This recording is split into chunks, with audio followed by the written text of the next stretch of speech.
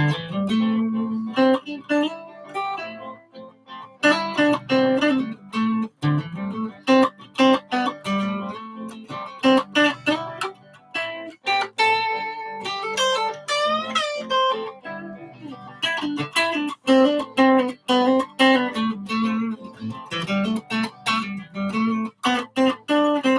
Budjack! What time is it for you? Is it like in the morning for you? Hey, Slap!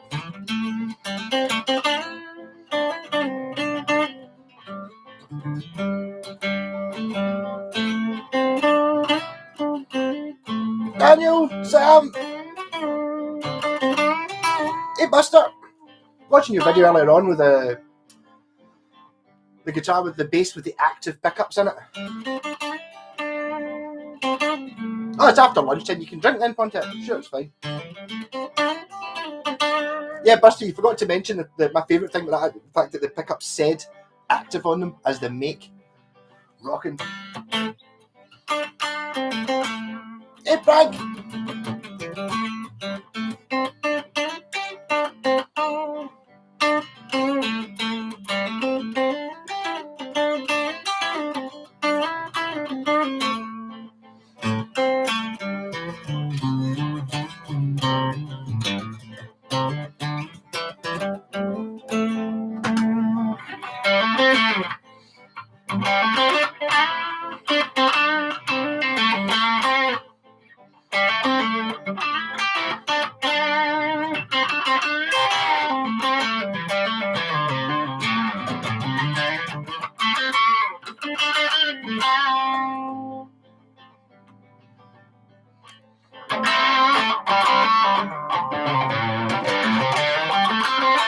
Don't forget it's a Yamaha or an Ahami is what I'm seeing in the video.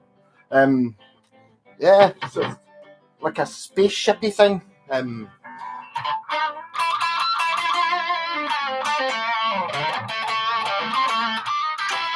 playing this because somebody wants me, a guy down the road, has got a dodgy input on one of them. Because have you ever heard of a Yamaha RGXE2? And it's like, yes, I've got one. Hey, Kevin.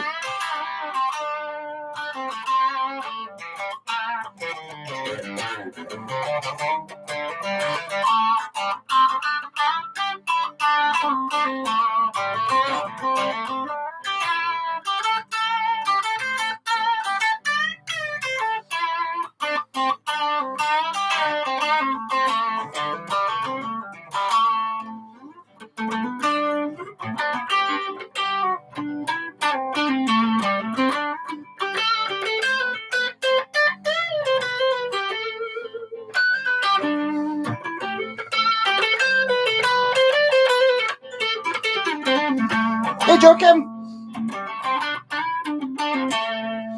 Wine's almost as good. What was it my pal said the other day? Why don't you try, just get red wine and then like a coffee grinder machine and just put coffee in it to make up for the caffeine lack in red wine.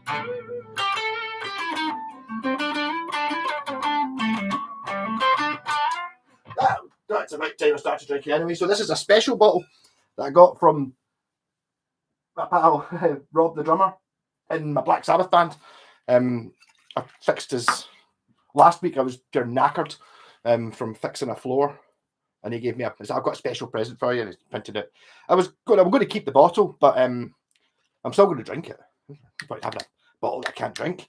So, cheers, Bob.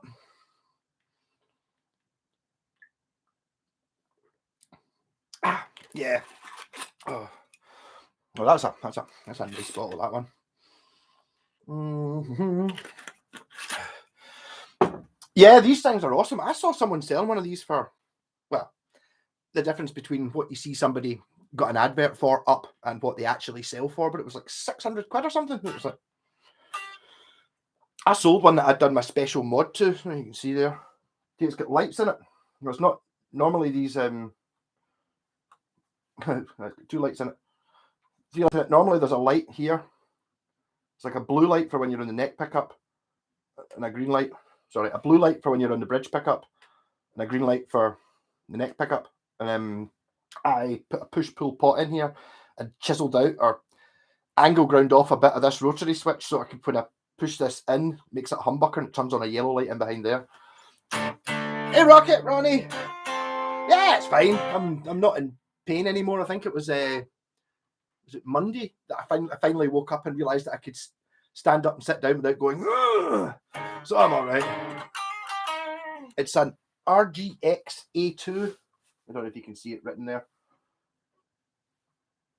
RGX was kind of like before Pacificas, but this is after Pacificas. But the original RGX series was actually one of my first guitars ever, with a Floyd Rose on it. And I don't know what a Floyd Rose was. I didn't realise it was a concert pitch. So the Floyd Rose was either sunk into the body or up at a 45-degree angle. It didn't seem to do anything other than those two things because I had no idea what it really was. It was basically like an Ibanez RG copy. And then they started making Pacificas a couple of years later.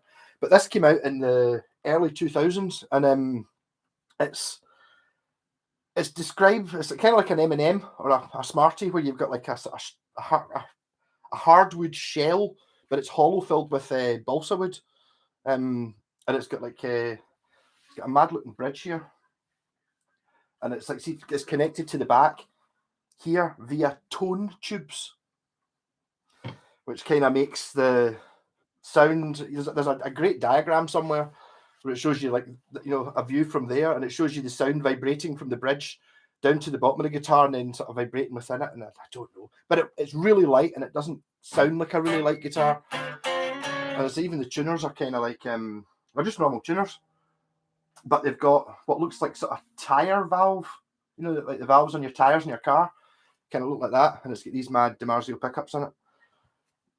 What does it weigh? Well, I just happen to have my luggage scales ready for just such a question. I think it's 2 point something. I can't remember.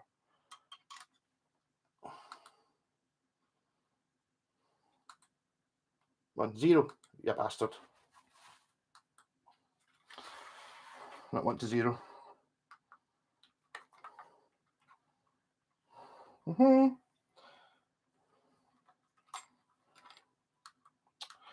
Zero just at the very second I turned it off. How annoying is that? Yeah, right. It comes in at 2.9 kilograms, or in pounds, it comes in at, is that 6.31? Is that right? Reset it. 6.3 pounds. So I mean, it's light. What was it?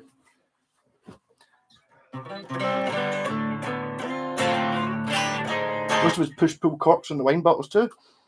But to get to you could push the button down and it turned into Buckfast from normal wine. That'd be smashing.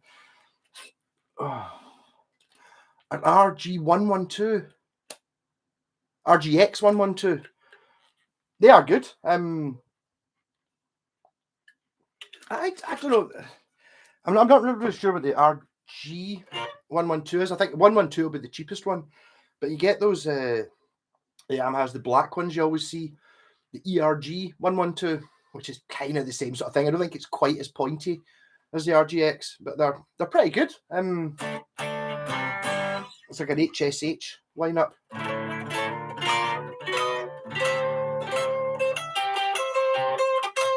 Yes, this is one of these guitars that just never took off. They weren't really that expensive new. I remember playing one when they were new in a shop called Victor Morris in Glasgow, and it was I had a shot of it. I thought it was awful. I was like, oh, it's an old one from the 80s, and the guy's like, no, it's brand new. I think it was about 300 odd quid. I think they're kind of still worth about that. But it's like one of those mad concepts. It's just too futuristic. People don't want futuristic, but the thing is, it's not. Okay, it does have lights in it, and it's got chi lines. I don't know if you can't really see them, but there's like a line that goes from there up here. There's a line that goes to the knobs and goes to there, like sort of it kind of reminds me of an 80s PC or something. Here, it's kind of grey and white, like an old original IBM PC. And actually, the headstock. See how it's got the white bit on the top, then this grey bit. Where is it? I can put it through next door. The Yamaha Samurai headstock, which you got on the very old Yamaha electric guitars, is basically that shape, but a bit longer. So they've kind of hint towards guitars in the past.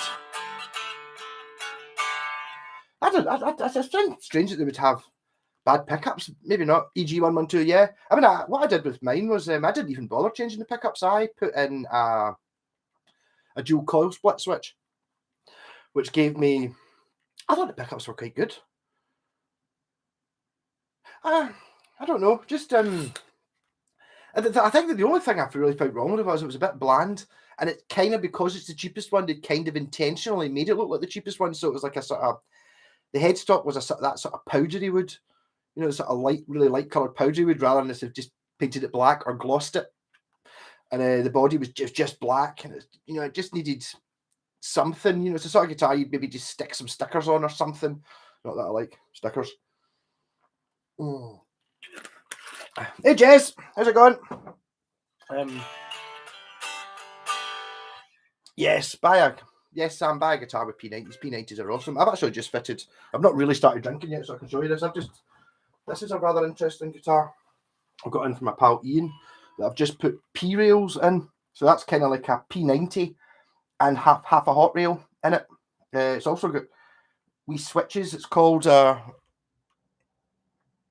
triple shot pickup rings. So this has got thingy, and this is a mad guitar. This is an Ibanez Road Core.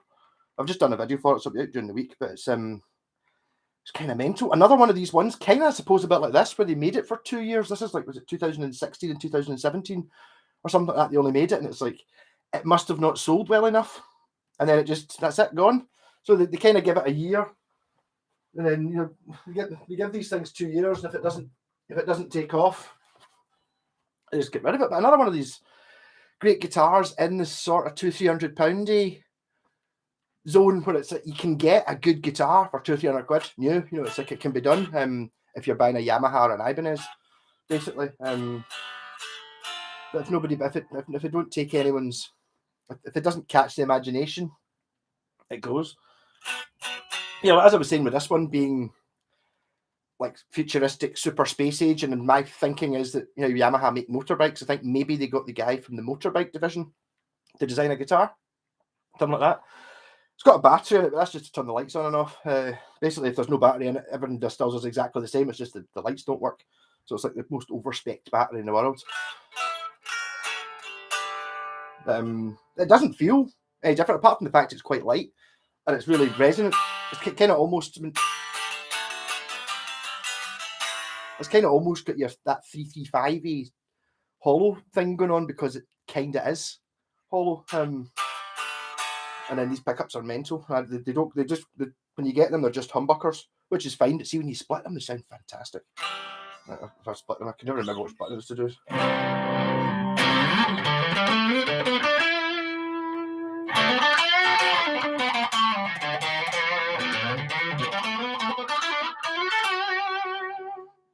Alvarez Classic Custom could be, but these are much cheaper. It was a 220. I think there's a 220 and a 320 from a few years ago. So I think you're really talking about paying £200 for one, something like that, if you can find one. I did need to set it up. I've already done a video for it today, but I mean, it wasn't set up, which I was really surprised with Ibanez, because I thought that, like, you bought an Ibanez and a Yamaha, the main difference between that and a Squier or an Epiphone was it could set up, and it wasn't. I had to cut the nut a bit and shim the neck and undo the truss rod to make it really good, which I was kind of a bit disappointed with, but it is only a £200 guitar made in China.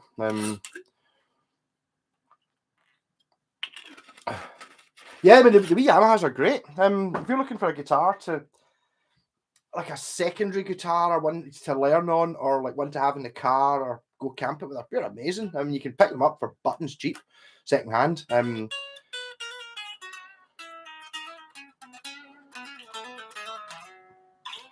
I'm not sure if there is one with a maple fingerboard. There's bound to be one like it, but it's unlikely to be the really cheap one.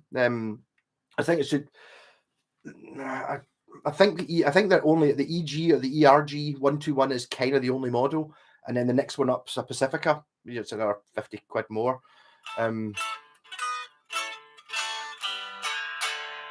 Someone may have changed the pickups. It's possible. It's kind of.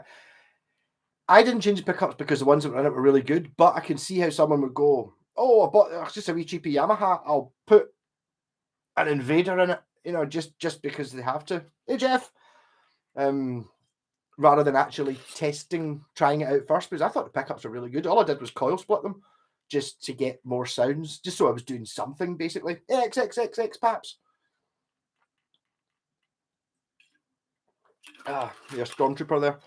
That reminds me of the next couple of guitars I'm going to do some Boba Fett guitars. I'm thinking about it. So you get Mandocasters, which is like a Stratocaster, a Telecaster, but it's actually a mandolin. So they're going to be called Mandocasters, but they're not actually going to be introduced with a mandolin. They're going to be Mandalorian for all you Star Wars folk out there. So I'll do like a Mandalorian, like what's his name? The Mandalorian and a Boba Fett one, like as a pair. That'd be quite cool.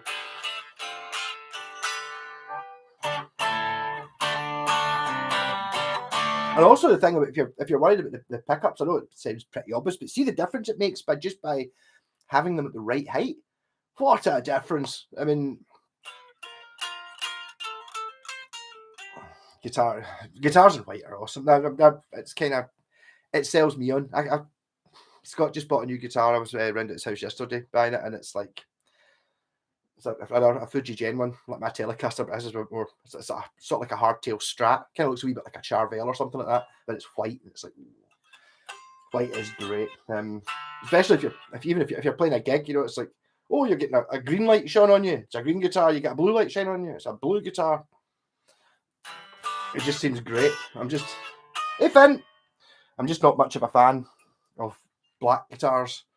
I'm even less of a fan of matte black. I don't like matte black guitars. It's just a personal choice. But one of the reasons I never used to like black guitars was when I was, I'm sure other people do it. It's not just me. You're kind of, when you've got your new guitar, you can't actually look at it. So you look at yourself in the mirror playing your new guitar, and if you've got like a black one, I used to always wear, before I got the Mad Malco t-shirts, which are intentionally all really bright colours. So I used to wear tons of black, band t-shirts, so you couldn't really get to enjoy looking at your guitar because you couldn't see it because it was black in front of a black t-shirt. So that was kind of why I started wearing why I bought the coloured one. So now, because I've normally got bright coloured t-shirts on, the black guitars don't annoy me as much. But it's very rarely like a colour. No, it does. No, it can. It can totally seal the deal. I've not very often I've seen a guitar that I didn't buy because I didn't like the colour. On the flip side, there are guitars I have bought because of the colour. Does that make sense? So it's like maybe if it's like, oh, it's just a Strat, but it's yellow. Like, oh, that suddenly becomes a very interesting Strat rather than being a black one or a red one. It's like, or a tobacco sunburst one doesn't.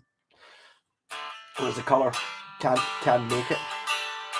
Hey, Mr. White, how's it going? What you said? You were talking to me earlier on, commenting something that was funny. I can't remember what she said.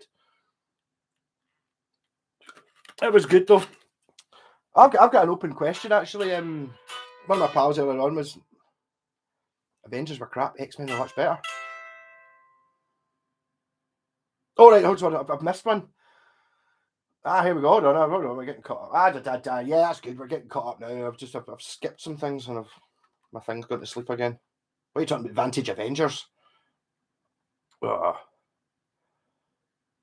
see a lot of old guys talking about how today's cheap guitars are so much better than what was available back in the day. The cheapest Vintage Avenger was $189. Yeah, well, Vintage Avengers are good, but $200 in 1982 kind of got you an awful lot more than $200 does now. If it, and other things like what percentage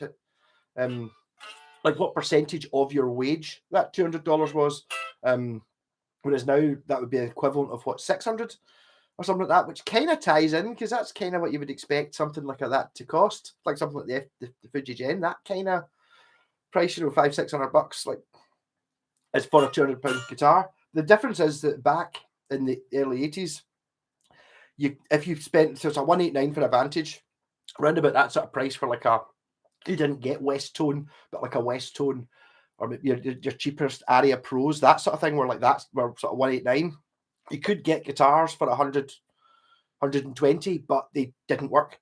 Whereas now you can get a guitar for 120 that works, you know, like the Squire Bullets and stuff, they work. Or that Yamaha ERG, they work. It's like, whereas if back then when you were buying a guitar for like $100, it's like, it wasn't really a guitar. Like the sort of the Tesco looking ones. I don't think Tesco are that bad, but the ones that kind of look like Tesco's, we had them, they were called Audition. It looks like a guitar, but really it really isn't. You know, it's not like what you would class now as a decent guitar. It's kind of like a quirky one. You know, Jack White might love it, you know, sort of thing. It's like, oh, you can play this with a slide, and it works great if you play between the second and the fourth fret and you use just this pickup, and it's like you can use all these distortion pedals. But that's not what people had back then. People back then didn't have, you didn't even get amps. I suppose, I mean, you probably got like a, I don't know, the 80s, it was tranny amps really, wasn't it? I mean, I suppose you get a chance of buying like, you know, like a wee Valve, like a Fender Champ or something like that. I don't think they would have been cheap. You're looking at the cheap 10 watt amps you got then is like really, if you got one that had distortion on it, you were lucky. And if you did have distortion, it really was wasp in a jam jar. Nonsense. And it's also just now, there's so many more, you've got so many more years of back catalogue, because now you can pick up Vantages and stuff, and you know, West Tones and Arias and Washburns and all these sort of things. There's so much choice, and even like, I think pretty much from the 2000s on, unless you're really unlucky, all guitars are kind of all right. Maybe even the not so good Samick ones, like see the cheapest Hondos in the 80s, the late 80s, they weren't absolute crap. They weren't brilliant, but I mean, it was still a guitar. They did, wood was cheap, so they tended to have like a decent neck. It's kind of the best thing about all of them, because obviously when you buy one of your Squire Bullets now, you can tell the wood's just, you know, it's that powdery horrible stuff, because wood's now endangered, but then it was cheap. So if you're going to make a neck, it didn't really cost any more money to make it out of decent maple, so you would get the neck would be all right, but the tuners would be guff. The pickups could have been awful, and it would have a plywood body. And then I do remember seeing some K guitars, but K was like a catalogue company, so a K guitar could have been anything. I think there were good ones. You know, you could buy like at the time, a £300 or £400 K guitar, which was kind of like, you know, generally a sort of copy of the Washburn, that kind of looky thing, and they weren't pure dung, but that was like a $300 one. They also made them for 70, and those ones aren't really guitars. Well, they didn't make them; they just bought them from whatever factory and stuck their own badge on them, which everyone did. And those 60s Japanese, I think there are some that are good. There's like the Yamaha one, which they're now a couple of grand, but I don't think Yamaha made crap ones. I think Yamaha were one of the bizarre, they kind of made good ones. I mean, they were 5 times the price of the cheap ones. So it's not like they were the same price. They were 5 times the price, but they were good guitars. The Samurai SG5 or something they were called. But yeah, I mean, I had a, what was it called? It was called a Jedson bass that my pal had given me. It was his dad's, I think. It was like a Telecaster bass, and the pickups were sitting on top of the body, right? And see, when you put the action, the pickup sat higher than the fingerboard, and that can't have happened over time. That's just, well, it doesn't matter. If people are buying it in a catalogue, they won't send it back. They don't know what they're doing. So basically, the only way you could make this thing play at all was to have the action like an inch, and then that would give it enough clearance to clear the pickups. And you couldn't lower the pickups because they're actually surface mounted. So I ended up getting a piece of wood about 10 mil thick, putting it, unbolting the neck, putting a piece of wood in, and then putting it back on again just to make it play. It was still crap. It was like, it was a bass, but basically it was exactly the same as the guitar, apart from they put bass pickups on it and only 4 tuners, but they didn't change anything else. So it was like a guitar scale, and you can't really tune a bass to standard in a 25-inch scale. It kind of doesn't really work. 99 quid over 56 weeks from the club he went back in 1980. Pish, but no other option. Well, that's the thing. I mean, now you can't. They are so cheap. I mean, you can, even if you don't know what you're doing at all, if you just buy one of those Squire Bullet Mustangs, £110, £120, or if you maybe buy second-hand one. Obviously, there's a slight risk that you're going to get one that's got something wrong with it, but there's just so many, and there's so many guitars, things like that, the Yamaha ERG. If you get one that's in good condition, you're maybe not going to get it for 30, 40 quid. You maybe pay 50, 60 quid for it. You get it, that's it, and that'll probably come with a wee amp, and it'll be fine. Or you can just buy strings for it. Bang, and it'll be miles better than any of your Ks could ever have been. You know, it's a real guitar. It's not as good as a 200 or 300 pound guitar, but it's still a real guitar. PV Bandit, was it? I think the Bandit was a whole series though, Jesse, because I'm pretty sure. I remember my pal had a the big thing when I was learning guitar was wattage. It's like what, and my pal had a PV, I think it was 60 watt. It wasn't that big, but it sounded terrible. Oh, I found a Japanese import switch. Metric measurements fit my Chinese guitar. I think they'll all be metric now. Actually, what was the guitar I was adjusting the saddles on that was Imperial? It was that Ibanez there when I was adjusting the saddles. Imperial. It's like, but it's a well, I think it's just maybe they're just copying Fender, so you can swap the bridge out with a Fender. There's no point in making metric. You know, it's always the Imperial one you need to do. Well, you would have thought metric would make sense, but I suppose they've got to just make it. The reason they can churn out, one of the reasons they can churn out guitars for 100 quid and stuff like that, or 150 quid, is there's just a factory that just produces nothing but strap bridges, hundreds of them, so you can just get these strap bridges for, if you're buying 100 or 1,000 of them, you're probably paying £1 a pop, or $1 a pop sort of thing. And it's all right. It's not absolutely shit. It's kind of fine. Whereas back in the K days, you didn't have companies that made cheap ones. If you wanted a Fender type bridge, you had to buy a Fender one, or later on like a Japanese, like a Goto one, stuff like that. And you can still buy them, but you know, a Goto strap bridge is going to be what, 50 quid or something like that. Whereas you can pick them up for a couple of pounds. They're not brilliant. They're not going to withstand, they're not going to withstand the roads, but they will stay in tune and work. And amps, oh definitely. A Yamaha Strap Pacifica. I don't think that's that cheap. You can pick. Well, I don't know. It depends, because the thing, it depends what the number is. Because the Yamaha Pacificas, if you're looking at them, the first number. So you get like a Pacifica 112, which is the cheapest one. Then you get like a 312, and a 512, and a 712, and then if you got there's like 1,002, and a 10112, and that one will be like better than any Fender.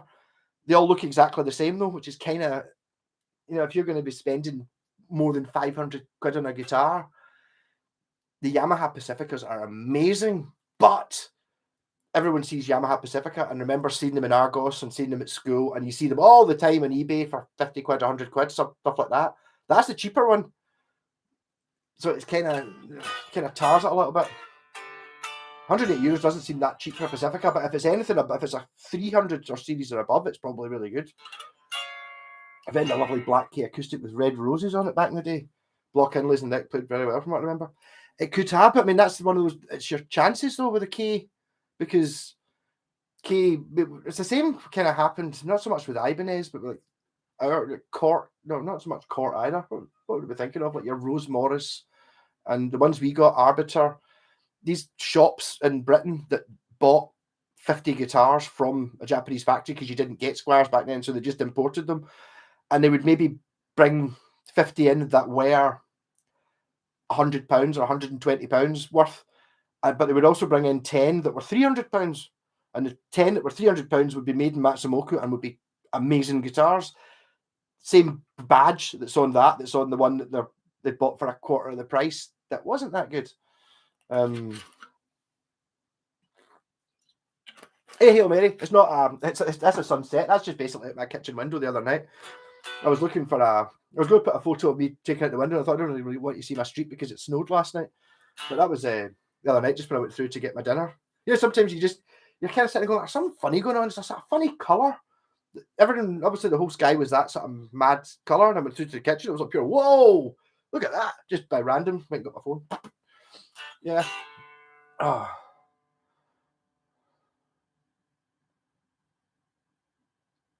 Encore, similar to the Ks in Tesco, you get in the catalogue, cheap made ones. Then you get... Yes, I think, Buster, the thing about the Encores is, I remember when I started playing, you could buy you don't see very many of them anymore, but there was an Encore. It was a wee black one, and you could get it for, I think it was £59 in Argos, and it had one humbucker, but it wasn't here, it was in the middle, and it's basically just a small Strati copy thing. And to be honest, they're not that bad, but when you started, maybe 10 years ago, when you used to see them for sale, people had tried to fix them. I know the tuners weren't that good, but once you've bashed them a few times with the cheap tuners, they don't handle it, and they've lost a saddle and all these things. That did damage Encore. But I mean, Encore are good now. I think they again, you might be talking about, I think they maybe went back much earlier than that. It's basically just a brand. Might have nothing to do. Which one we go? Oh, here we go. A Line 6 combo. I don't know. It could be if it's a high enough up Pacifica. If you look at the number on the headstock, because I mean, some of the Pacificas are amazing, especially if you see one of the new ones. You get one. I had one. I think it was a 600 series. Yeah, 620 was it? I can't remember the exact number because on a Yamaha, the three numbers. It's like, say a 312 is 3 for about £300 or $300 or €300, that kind of price bracket. The next number is the number of humbuckers.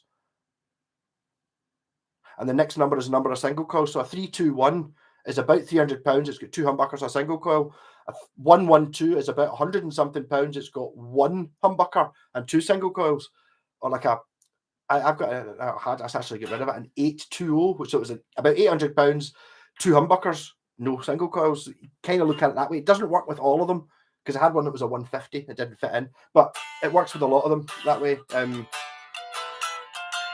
Well, those Line 6 combos are really, I mean, compared to what you're going back to when I was starting, I mean, I'm not as old as some of you, but I mean, like, if I'm talking about going back to the late 90s, you didn't get amps like that. All the amps everyone had were these wee, they were called I had one called a BB Blaster, which I bought brand new for 20 quid. And that actually wasn't that bad, but there was so many, everyone had that was the amp you could get. You could get exactly the same circuit in about 100 different makes, different boxes, different colors, shapes, and all that. But basically, they were all this wee amp, and it was kind of all right. But now, dung, I mean, there's nothing compared to any. I don't. You still sometimes see them. You get them free with Pacificas quite a lot, or the free with the ERG. They're kind of all right. You can make it work. It's not absolute shit, but I do remember having ones that were absolute shit. My first amp was called a Badger, and I think it didn't have a tone. It was a volume and a tone. I think it was 10 watt, and it wasn't really very loud, and it was rubbish. And I knew 5 people that owned it. Like, I was about the third person. It was just the Badger. People would, when I was like 17 or whatever, folk would learn to play the guitar. They'd buy a guitar and go, I need to get an amp. So I'd buy the Badger off Ross. So I went and bought the Badger, and every time it changed hands for a tenner. So I knew the 2 people that had it before me, the person I sold it to and the person they sold it to, and every single time it went for a tenner, because it was just judged that it was enough.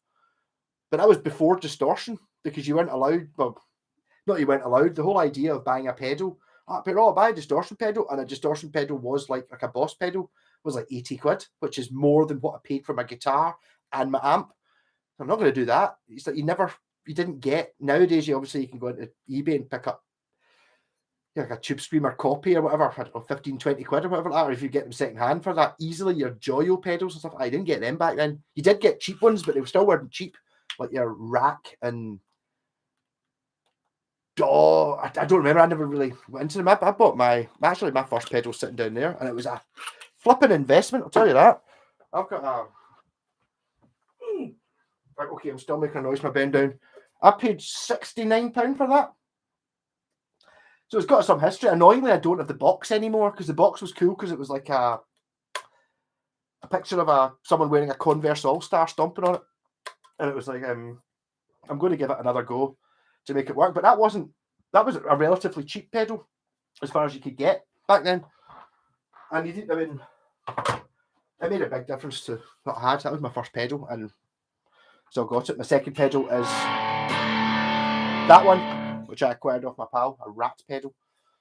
That was kind of partly because of Blur Song 2. My pal bought it in America, and there's a bit where he stomps on it, like da da da da da da da da da da. That bit, he stomps on a Rat pedal, and it's clearly that model of Rat. So my pal Michael bought it, and I was playing the bass in the band that had been in for 2 weeks before he went to America, And he came back with that. I was like, why don't you play through it for the bass? So I played it through the bass, and don't know if he ever got it back. Ever. I did eventually buy it, like about 10 years later. I don't know if I paid for it. Well, less than it was worth, but I think his view was, well, it's kind of yours now anyway, so he's 20 quid or 30 quid or something like that. Oh, Scott Grove still on YouTube. I've not seen him for ages. Maybe he's changed his. Oh, sorry, I'm getting caught up. If anyone, if you can super chat, if you really want me to ask something, I'm just going to work my way through this. Oh, I'm miles behind. I've gone back up miles. Caught us talking about Japanese guitars and linked their website was archives of the old catalogues and the various. Is it? Because there is one. Whenever you look up the mad, I keep seeing catalogues that I want to get, and is it called Vintax or Vintage Axe or something like that? And you have to pay for it, and you can't download them, so you can only look at it. So I was thinking, you know what I mean? I'll pay for it for a month for $10 or whatever, and I'll just download all the Washburn and Ibanez catalogs and stuff like that up here. No, you can't download them, so you have to always have paid it. I didn't like that, but there might be a proper site now. Ibanez is a different one. Ibanez are good because if you actually go to the Ibanez, their official website, and go to their catalogue, it just goes archives, and it gives you all the catalogues. They don't have everyone, but they've got a lot of them. A couple of them are only in French or something, which is quite annoying, but they're all there, so you can find your guitar. Westtone, there's a Westtone info site. They're pretty good. They've got all of them, kind of like a hobbyist type thing, but they've pretty much got all the catalogues. Washburn, not so good. There are catalogues kicking about, but not all of them. Not every year. There's like you can get one from they've got like sort of 80 and 83 and 84 and 86 and 88. They don't have all of them though. But that's not actually an official Washburn thing. Oh, Buster, what was the best entry level bass? I wish you see what he's saying. Don't watch Scott Grove's gig videos. I've not seen any of his gig videos. Square P bass are good. I don't know. Do the pickups need change? They're not all right. I don't know. A terrible K10 watt amp. I know exactly what I mean. The Ibanez Talman. They are awesome. You've been trying to sell me yours, Buster, and it's like I kind of want it, but I can't afford it. No, the Talman's a really good one, and also it's not pure Minger. Like it's not that sort of melty like that Tanglewood Rebel bass I was playing the other night, and actually the one you were playing today, Buster. That kind of, I don't know what you call that shape. The Ibanez Sound Gear shapes, like whereas the Talman's kind of funky looking. I was really impressed with that. And I bought a Fender Classic Vibe P bass. It's the first bass I've actually owned. Always borrowed from my brother after set up really nice stuff, green. Cool. Had a K Les Paul, but my catalogue stripped it to bits to work out why it was so shit. Did you find out that basically what it had was like instead of being like a carved top, it was a plywood back, and then it had blocks of wood with a piece of plywood bent over the top to make it into a carved looking top. There's various ones. I've had ones before, and it's like, see, so much of it's hollow, it's ridiculous. It's almost like a piece of wood with blocks stuck on it, obviously all the way around the outside, and then another one on top. But it's like the gap to get between the rhythm treble switch is like, it's like a square opening that size. And it's like, what the fuck? Don't know. Terrible. I was thinking more of hidden gem types. Yeah, I just do that with all their stuff and always get cheap ones. Is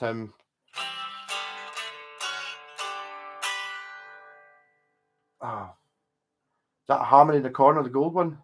No, that's where is he? Where's what's his face? Blacktooth Fox. He's now got a computer, so he should be able to comment. We're going to get to slag him off. Hey Pat Frank, how's it going? Subjects, yeah. My random subjects are roughly guitar and Buckfast related. Not a Harmony. Ibanez. Is that one you're talking about? Possibly. That one's Washburn. Don't remember Yamaha Japan ever making a bad guitar. I wouldn't think so. I don't think Yamaha have ever made a bad guitar. Someone told me that when I first started playing the guitar, when I was going to get an acoustic.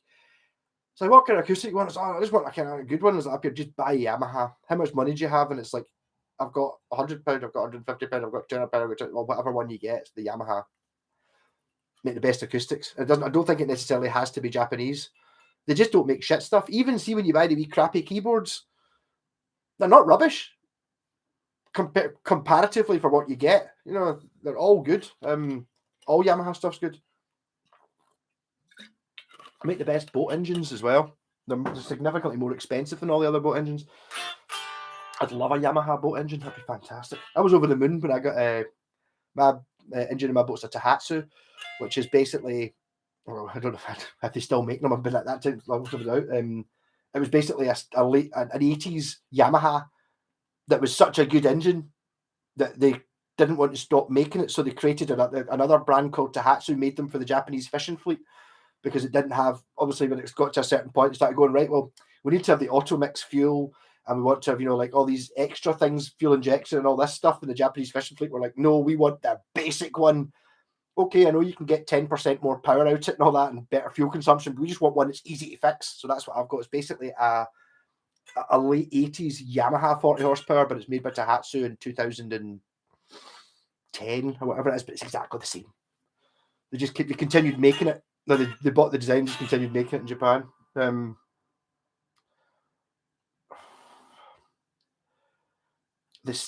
SX bass, aye. Yeah, the SX. Somebody was talking last week about an SX guitar. They got it was plastic, and I was like, pure. No. I had an SX Stratocaster, and it was lovely. And it's like, I kind of didn't want to sell it. It wasn't really any use to me because I've got Stratocasters, but it was like, I was like, this has got to be worth 150 quid. And they were only 120 quid new for the same one. And it's like, but you go in and you could buy the cheapest Squire for that, and it was miles better. Fantastic. Oh, you should try a Boss Katana. I know the Boss Katana, but the thing is, I can't. Did you see the video I did the other week with that Switch one? I can't handle. Oh, Jez, super chat. You just, wow, cheers. I feel really guilty about you giving me money all the time. Do I use measurements or feel to adjust things? Recently I've started to do the intonation or the height of the saddles. I'm using the feeler gauges that tell you, like, if it's a 10-inch radius, you use that. I've started using that rather than eyeballing it. And basically I aim for between the 12th fret and the string, somewhere between a 2p depth, it moves the string up, and a 1p kind of just fits under it. That's kind of it. The rest of it's just eyeballed. I'm too cheap to buy the proper equipment. I do have this thing, which I got, like the wee metal thing you can buy from China for £1 with measurements on it, and it does tell you on it type of instrument, electric guitar, 6 string, 1.5 to 2 millimeters. And what I did was I measured coins, and if you look at a 2p piece is basically just over 1.5 millimeters. So it kind of that was how I got the measurement, and then rather than sitting there trying to measure it, I just slide a 2p under. It's good fun.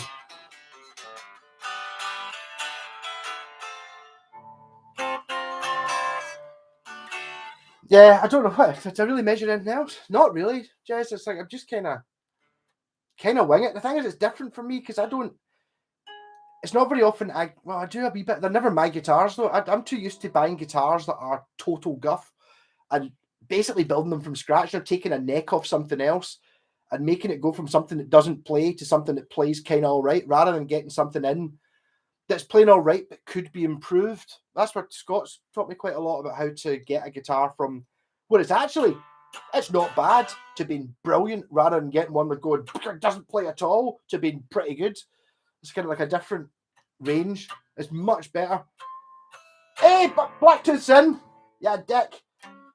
I even got your guitar. I've been wiping my bum with it for 2 weeks. Hold on.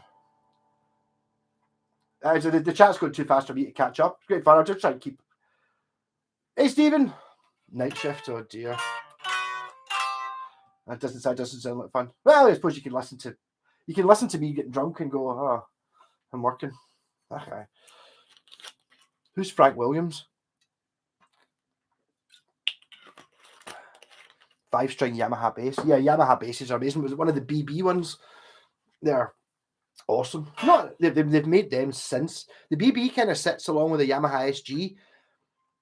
I think it came out I think the SG came out in the 70s, and I don't think they ever didn't make it. They maybe just didn't have cheap ones.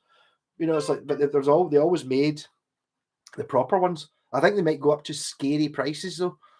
I've just noticed my TV going off in the corner. I noticed someone on one of the Aria Pro pages was talking the other night about the Aria Pro PE series, which is the one that I've got the cheaper one of that. Their first sort of Les Paul design type thing, and sorry, I'm down. I've appeared on the screen down there. I'm going to put on. I don't. Oh, technology! Put you back up on the screen up there. Whew. Almost got really panicked there. Yeah. That's fine. Okay. That's just like, yeah. Something getting cut up now. Yeah, so Blacktooth's back on the game. He's back on the internet, able to type and talk and do all that stuff. No more slagging him off behind his back. Right. Yeah. First amp was a 5-watt, second amp was a Marshall 100-watt head and 4x12 cabinet. But that's the thing, you want a Marshall stack, don't you? Or a half stack, it used to be called. Yeah, I mean, I totally fell for that. I did have a bass amp. That's my second bass amp.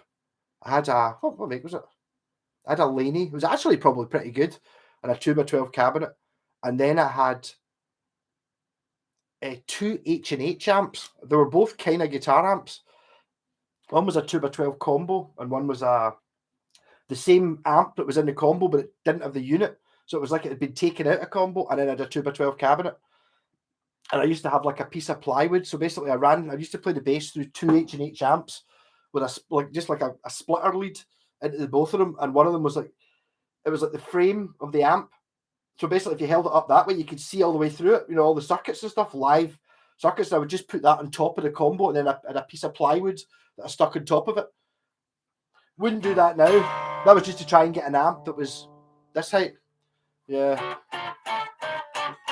Yes, sorry, I was talking about the Aria PE, and they still make them in Japan because my pal Wayne is actually an official Aria dealer now, even though he just kind of he kind of joined the dealership, didn't cost anything because he runs a wee tiny music shop like on the weekends, and he was buying like seconds, ones with dents in them and stuff, and he was getting some really good deals on Aria Pro strings as well. But they still make the PE 1000. And it's something like $5,000 because they still make it exactly the same as they did in 1978 or 79 when it came out. So, but equivalent terms, it cost $5,000 to build it back then. It's just that back then it cost £1,000, whereas now it's $5,000. And people are, who's going to pay that for $5,000? That's how much it costs to build. I mean, it's like something like that. How much does it cost to build that now? That guitar's going to be $3,000 or $4,000 if you tried to copy it. Just like that. Setups are feel for me with an eye on what the aim is.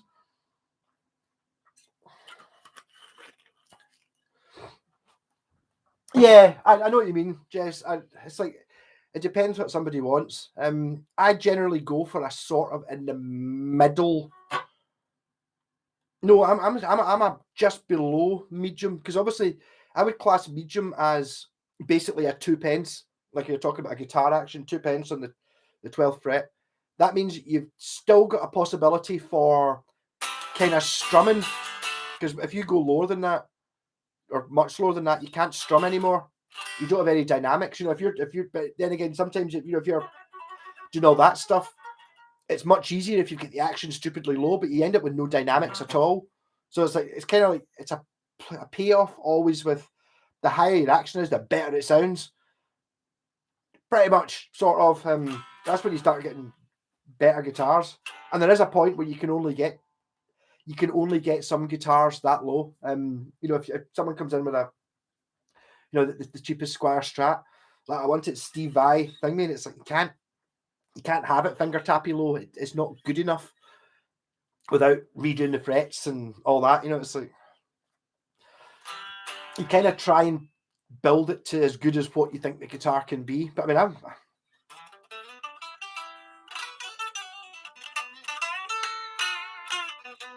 worst guitar ever played. Got a few in my mind. Terrible experience in school. Terrible. Cheapest of the mark during the beginning of the 80s. Nightmare. Worst guitar I ever played was I've actually got one through there. You get them. They're not a proper guitar. It looks like a guitar, but everything on it's absolutely shit. I've talked about this every week, but basically, it was blue. I got it off my pal. I was like, all right. It looked pretty good. Looked all right. I thought, right, blue. I'll make it an iron brewcaster. Painted the scratch plate orange. Put it together. Spent 2 hours trying to make the thing play. Everything was guff, and I had to smash it up in a video, which was actually really tiring and not that easy. That one, and you still get them. Hundreds of different makes. Not a make you've ever heard of. Not like we're not talking. Definitely not Squire or Yamaha or Encore or Vintage. None of them. No, they're all guitars. This is not a guitar, but it comes in at about the price of the cheapest Squire. The one that you can only get, or that Yamaha ERG. About the price of the guitar alone. Apart from this, looks quite good. They've got quite a fancy veneer on the cover, so on the top of the guitar. So it kind of looks like from a distance to the untrade, that kind of looks, that could be an expensive one. And then it comes with an amp and a CD and how to play and a lead and a tuner and a gig bag in a nice fancy box for the same price as the cheapest Squire. So much better off buying the cheaper Squire. You can't make them work. Arion. No, someone said Aria. I'm just speaking at the bottom of the chat. I'll come back. I'll start scrolling up when it comes up. Arion, I've actually got 2 Arion pedals. Look, there's I paid 60 quid for this. And I was at the king of the hill with my Arion stage tuner. Which isn't really that good, but I mean, it's like to actually have a tuner, because everyone else in my bands, no one had a pedal tuner. And see, this tuner, you could tune the bass while the drummer was rattling away, whereas everyone else who had a tuner had one of these. In fact, I think I've got one of these. Actually, it's even dustier. One of these things, which, wow, that's amazing how dusty that's got. Just, I don't know how long it's been sitting there. I mean, fine, but it's got a microphone on it, so even if you plug the guitar in, it's still, look at all the dust coming off that. Wow, shows you when the last time I used that was. These things, nowadays, obviously, you just use your phone, or your amp's got a tuner built into it, or I sold a bass to the Blitzkrieg shop. Actually, the tuner in the top of it, like a wee tuner just built in. Perfect. Yeah, I'm getting caught. Which Yamis are we talking about? Arion.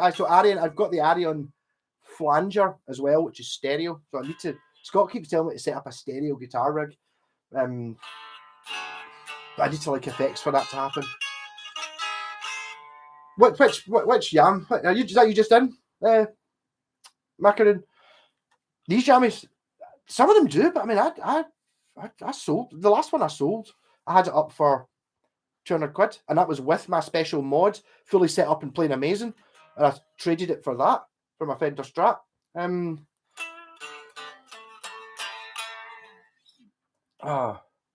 Love life. We all love live, actually. That's part of the thing. And remember the Axe guitars? The late 80s, definitely the worst guitar. Chipboard body. Chipboard's pretty bad. I've had MDF a few times. See, you're going back a bit, Blacktooth, but I remember seeing Axe guitars like secondhand and stuff. The problem is with the YouTube, there will be, if you type in Axe guitar, I haven't, but I bet if you type it in, there's folk who will tell you it's made of chipboard and it's pure atrocious and there's nothing that can be saved on it. So therefore, they're kind of not worth anything. Whereas go back 15 years, it's a guitar. It looks all right. Look, it looks like a Strat. It's got a Floyd Rose on it. Wow.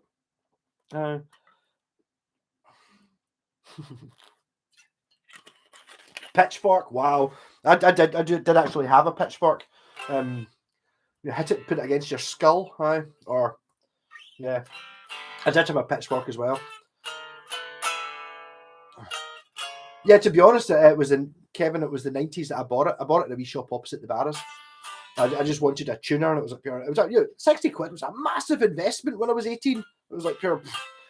I'm in a band, and it's like I'm now aware of the fact that there is a pitch. I mean, we're only talking about 6 months after I realised that people didn't just tune the guitar to what they felt like. There actually was a concert pitch.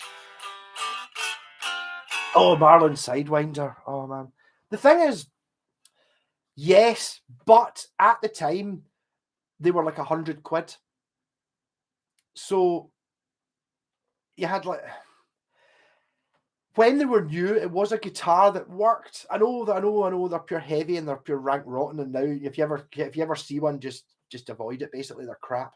But it was better than those K things. At least it was the right scale length, and when it was new before it broke, it had a chance of working. But no, the Marlon Sidewinders were terrible. But they sold. They were massive sellers over here. But the thing is that you had the Marlins coming in at like £100, and at the same time you had the West Tones, which were coming in at like 130. And what a difference between the two! The difference is the West Tones had their own shapes, so they kind of looked a bit wonky. Whereas the Marlin, oh look, why would I buy that horrible looking West Tone that's kind of ugly and Japanese looking, or I can buy the Marlin that just looks like a Strat? Should have bought the West Tone, you know. Oh, Pacifica was about the same time, really? Were Marlins kicking about that late? I always thought Marlins were like more your late 80s. Pacifica didn't come out until 92 or something like that.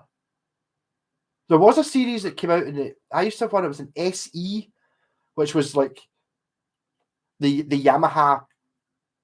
I don't know what you call it. The Yamaha Strat range were called the SE series. I had an SE 150 with one pickup, and it was lovely. I actually sold to my pal Ivor. I think he tried to sell it back to me. They were smashing. It was plywood and stuff, but it was a quality guitar.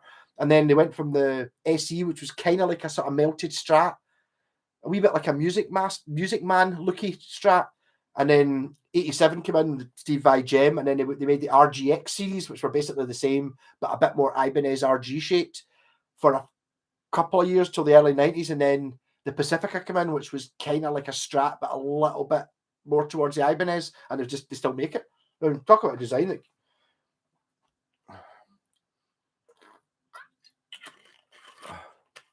when Guild started making acoustics in China, the bridge was off by 1/4 inch. Yeah, that's just the whole idea of selling a guitar for a photo, or people just by looks. You know, it's just like, it's Guild. I've heard of that make. I'd imagine it probably wasn't Guild that built them. It would be somebody's bought the Guild name or licensed it or something, and they're basically, fly by night folks. Like, get them to buy it, run away. Kind of like what the Epiphone SG, the last couple of Epiphone SGs I've played have been like. It's a sort of designed to look brilliant on a website and on the spec sheet, and then you look at it and you go, really? This is what like absolutely frets all over the place. Awful. Marlins could have been. I think the Marlins being the best selling guitars was because they were the cheapest, and you were buying a guitar that looked like a Strat. The possibility of it's not got a Floyd Rose, but it's got a whammy type Floyd Rose, and you get like the humbucker single. So you're buying a Super Strat that looks like a bit like your Kramers and all that Charvels, which were big at the time. Your shreddy stuff, but they were bad. Basically, Marlin are on my avoid list. There is a point that I would maybe, if it was a nice color and it was a tenner and it looked to be intact, I'd probably buy it. But I'm not paying more than 20 or 30 quid for a Marlin Sidewinder. They're not good enough for me to turn into Buckfast casters. Catch you later, Kevin. Enjoy work. You probably learned you maybe learn something from the videos, but you don't learn anything from the live stream. You just learn from the live stream. Don't drink Buckfast because it's bad for you. Oh, Pontiac and Blacktooth. You're right. When the Pacifica came out, it did come out in the late 80s because Scott has got a brochure from about 87 or 88, but the Pacifica is the new model, and it's only the Japanese expensive ones for a few years. The cheaper ones came out early 90s. Yes, you're quite right. Yes, the late 80s Pacificas were the equivalent of your 600 series, your 612, not your 112 or your 312. They were. You're right. They were, the Pacificas were like a custom shop type thing for a few years before they became. Jacob, why are round wound bass strings so much more expensive? I always wondered, as an old bass player plus 40 years back. Still no Buckfast. You're getting. I'm sure you can get them on I'm sure you can get it on Amazon. I mean, it's like here it's $6.50 a bottle. So if you're getting it from Amazon, you probably pay a tenner, but it's totally worth it just for the sake of it. Just make sure that you're in a padded room and there's nobody there that you don't like that you're going to end up fighting with, because it is called Wreck the House juice. So it's like, it can make you quite violent because it's pure turbocharged with caffeine. But I don't know what round wound bass strings are expensive. I don't know why they're expensive. I mean, I know a guy. Well, the Blitzkrieg shop I've got. He's a Rotosound dealer. Because I'm in there selling them guitars, I can get the guitar. I can buy any Rotosound strings for. I don't really want to say that I can buy them for just a wee bit more than what the stock price is. What the shops buy them for, and they're still not cheap. It's still 20 quid for a set of bass strings. 20 quid, what? Looking for a Quest Attack. I saw one of them yesterday. Not for sale. There is a Quest I want. One of the ones I missed. It was called an Aquarius. There's a Quest Aquarius, and it looks amazing. It's really wonky looking. Doesn't really look like any guitar ever. Kind of. It's got a certain 50s look to it. Kind of like a Strat and a Telly, but it's kind of something else. It doesn't look like anything else. And it was 120 quid. This is a couple of years ago, and offered the guy 100 quid for it. He said, no, I'm just going to hold out, and it never appeared again. I don't think he sold it. He just said, I'm just going to keep it. So he still got it, but I'm sure it was a Quest. I don't think it was an Attack. An Attack is quite a pointy, heavy, metal-y looking one. But it looked quite good. I don't remember, no Blacktooth, I don't remember the Marlin Masterclass. I did have, would that be anything like the State of the Art series? I had a couple of them, actually. I had two of them about 2 months apart. They were, you get back in the 80s, it was the BBR thing. Catch you there, Kevin. Like the State of the Art series, it was like BBR, so everything was black, but it had red binding around the body, red writing on the pickups, normal looking sort of Gibson knobs, but the writing that said the numbers on it was red, possibly red binding on the neck, a red Marlin logo, and maybe red spots. I had an Explorer. Was it an Explorer? I think it might have been a Star guitar, like my Ibanez Destroyer, and very much like an Ibanez Roadster, my black and white one, which I've just put through next door. Very much that shape. Okay, not far off this, and they were all right.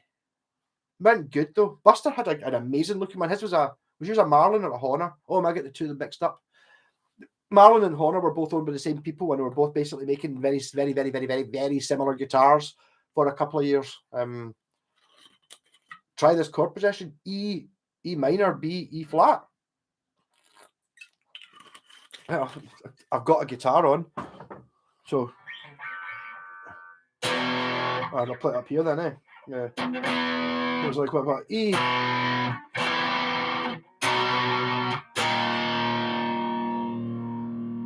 Kind of that discord. That's very much your.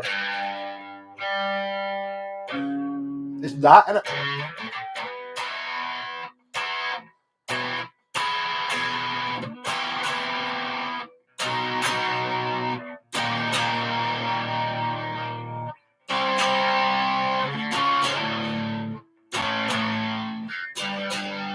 Sounds difficult to jam over. I always find flat bottom strings more expensive.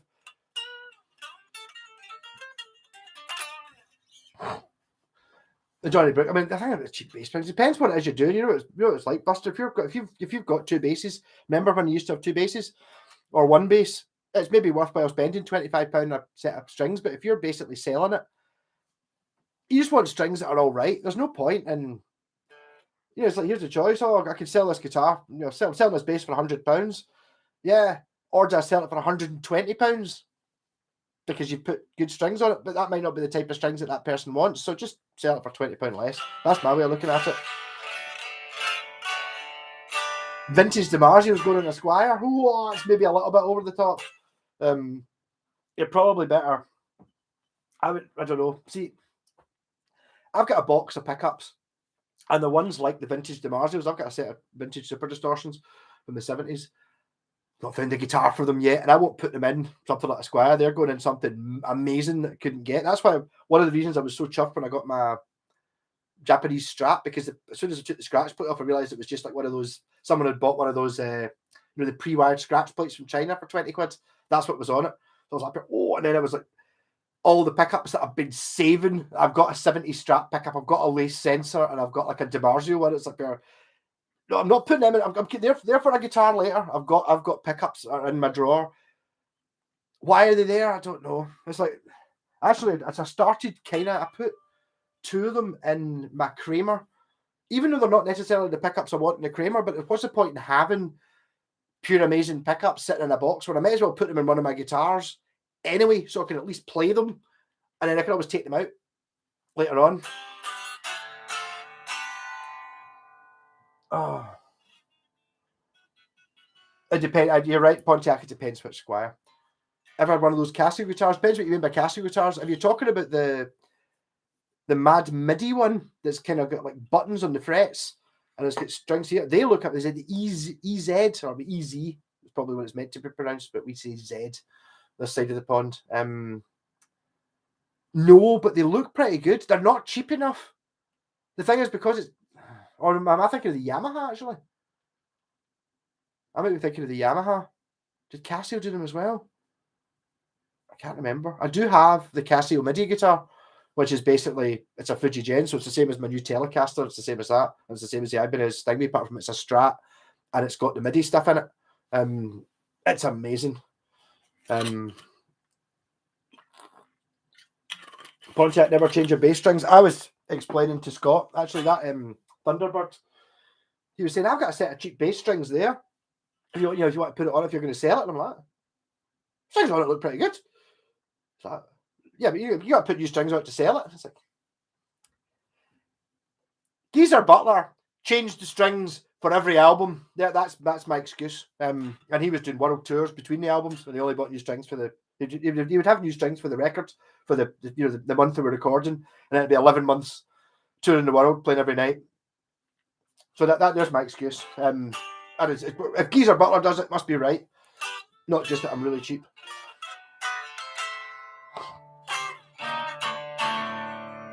Can you boil bass strings? Yes, you can. When I say refresh, it's like, see when the bass strings get to the point of you physically are scared to touch them because they're that minging. It does clean them up. It doesn't. It does not make them like new strings, but it makes them better if they're pure awful. If you're, I don't know, where would you be? There's in Mad Max, when Mad Max happens, probably not that far away. When that happens, like boiling bass strings is totally fine. You can probably even boil guitar strings. You can boil them, but I mean, it needs to be pretty skid, especially when it comes down to if you buy like what Buster was talking about there with the the Johnny Brook ones or whatever. You're paying £7, £8, £9 a set. They're fine. I mean, that's what I put on mine. I don't very rarely buy the Roto Sounds. I did actually, for my 40th, which was about 3 years ago, my pal Peg bought me bass strings, and they were Roto Sounds 40, like 100 to 40, whatever it is. That was the gauge. I was like, no way. How did you know that I was looking for strings for that bass and I was going to try and buy light gauge? And he was like, he just bought them because they said 40 on it. It was my 40th. But those are the ones that actually, 3 years after that, put them on that. So that's got Roto Sounds on it. None of my other basses do. All my other basses have just got Chinese ones, basically. I think it's basically exactly the same as your Johnny Brook ones, but you have to wait. Well, post-Brexit. I don't know how long you have to wait or how much they cost, but I think I was paying £7 or £8 for Alice bass strings, maybe. Something like that. You've lost the stretch. The Squire is the donor test guitar. Oh, you use it as a test guitar, yeah. But basically, what I'm saying there, when you're putting super distortions, vintage DiMarzios in a Squire, don't be selling that Squire saying, look at this Squire, it's amazing. It's got super distortions in it, because it's only going to be worth. Basically, just going to sell.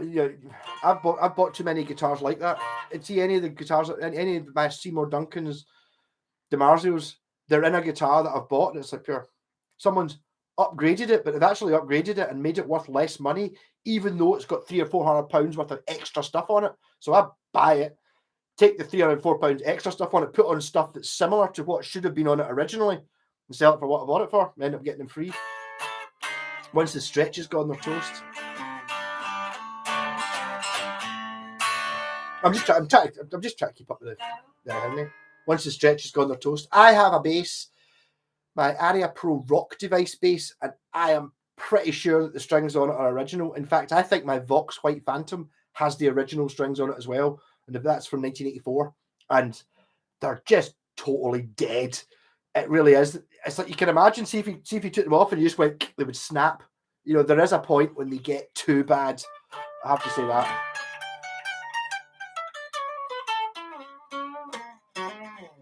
JHS Nickel one, the stainless steel rotor sounds in for me.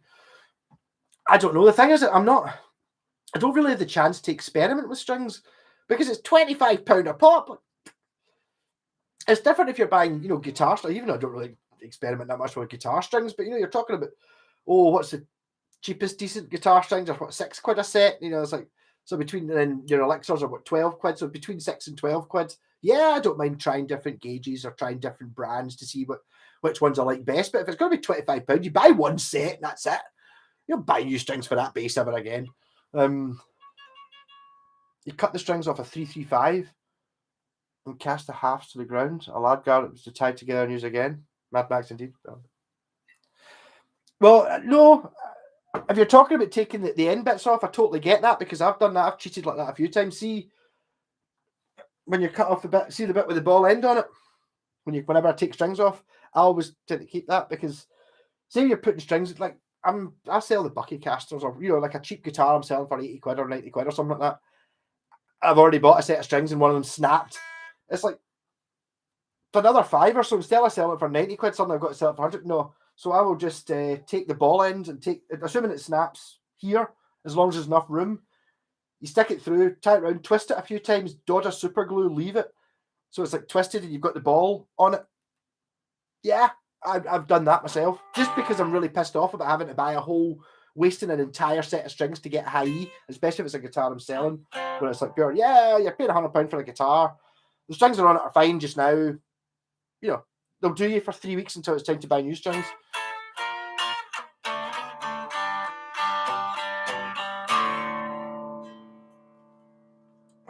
No, Frank, I think what you find, you're saying Entwistle will change the strings for every show. John Entwistle changed his strings for the sound check. He had new strings for the sound check, and then it was new strings for the show. So he was 2 sets of strings for a gig before he even started. Yeah. Yeah, Thunder still got the strings that were on it when I bought it new. That's real rock and metal. I bet you they're pure dead, but the Thunder sound, I bet you Thunder still sounds amazing.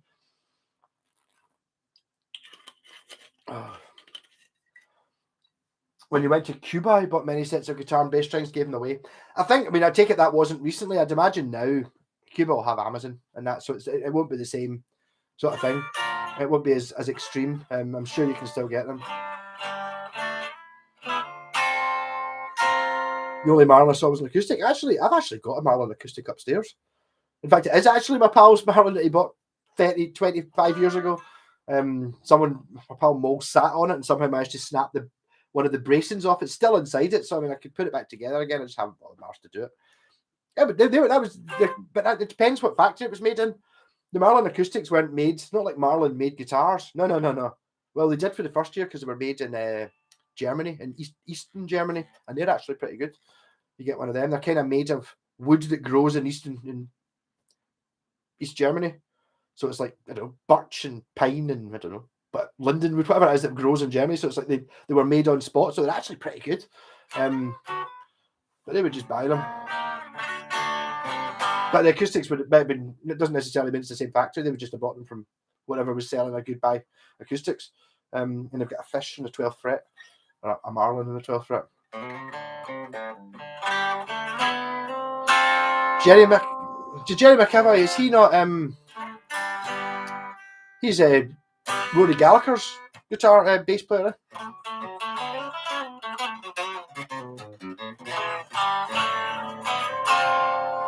Yeah, Blacktooth as well. It's like people want their own gauge, but I mean, it's like if you get a guitar and it's got new strings on it, it's a pure bonus. And you go, oh, cool.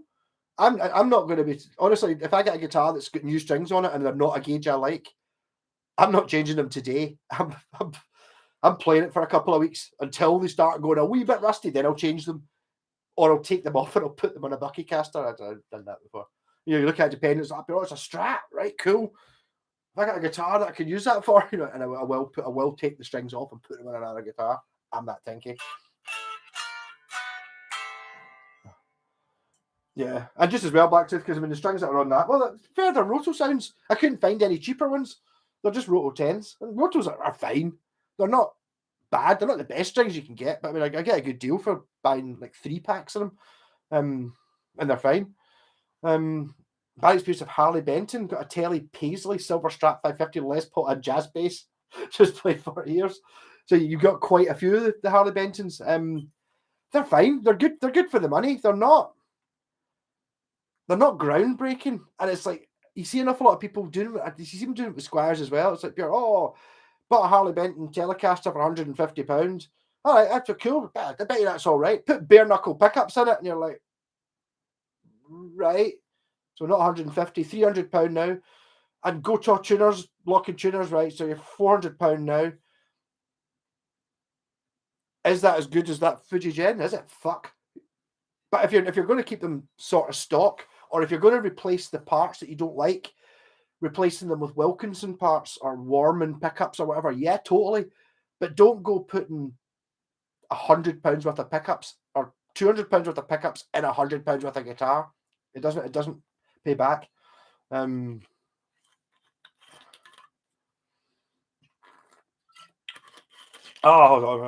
getting a wee bit. I'm starting to miss things now. Aria Pro 2 SB1000s.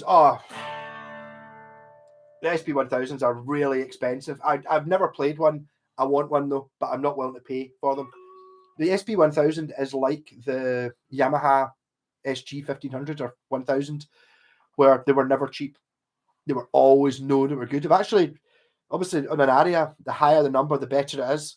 I've actually got a PB 1500 that I got in the Barras for a sickening amount, but nobody knows what that is, so it's not worth anything like as much as the S. Even though it's 1.5 times the price of the SB1000 in the same catalogue, it's not worth anything like the same amount of money. Yeah, amazing. Now we're getting caught. Good for the money, yes, that's it. Aye. Here's a clip for change bass strings. When did they stop putting the red cloth wrapping on the string ends? I think they... Oh shit, they did. You're quite right. I don't know. Because that one doesn't have... Those are definitely the Roto sounds that I put on my Schecter P bass that doesn't have the red cross wrapping on them. I mean, yeah. To be honest, I didn't even know they changed.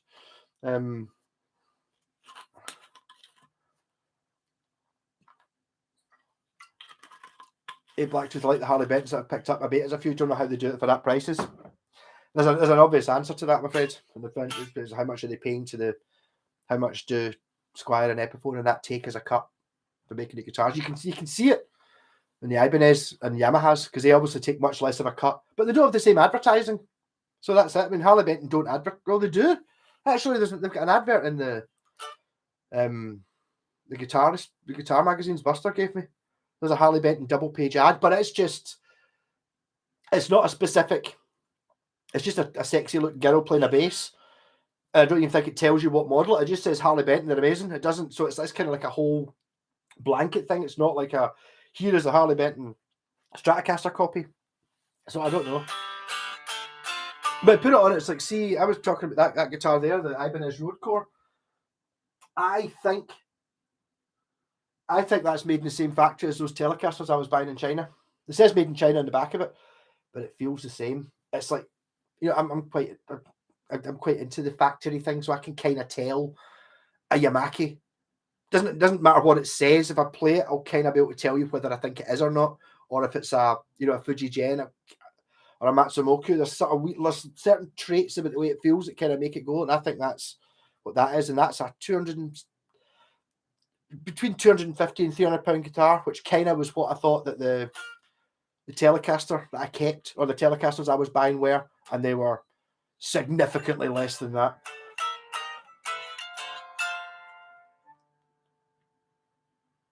It depends which strings, Pontiac, because those are rotor sounds, and they don't have the. I was actually disappointed when I opened the packet and they didn't have the red strings. I think the red string just means I don't know.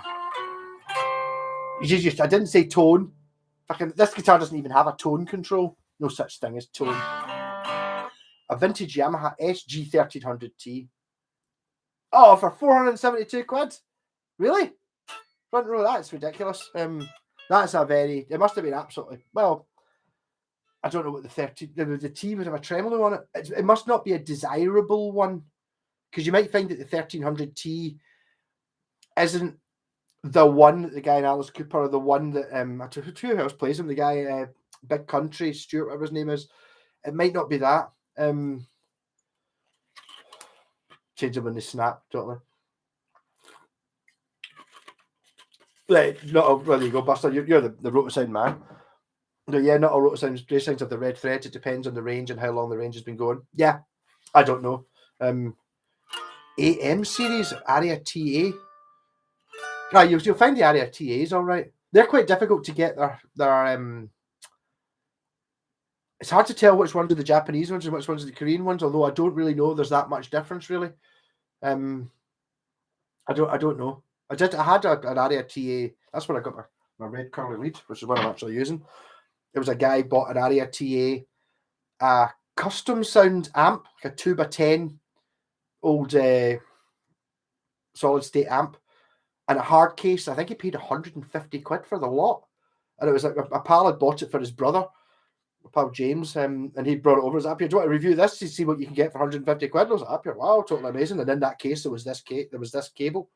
And literally when I gave it back, I did the demo. I changed strings. I charged him a tenner for changing the strings or whatever. And I was up here, yeah. And by the way, he's not getting his red lead back.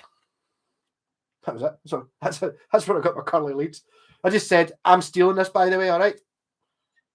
I was like, fine, hi. So I was the best.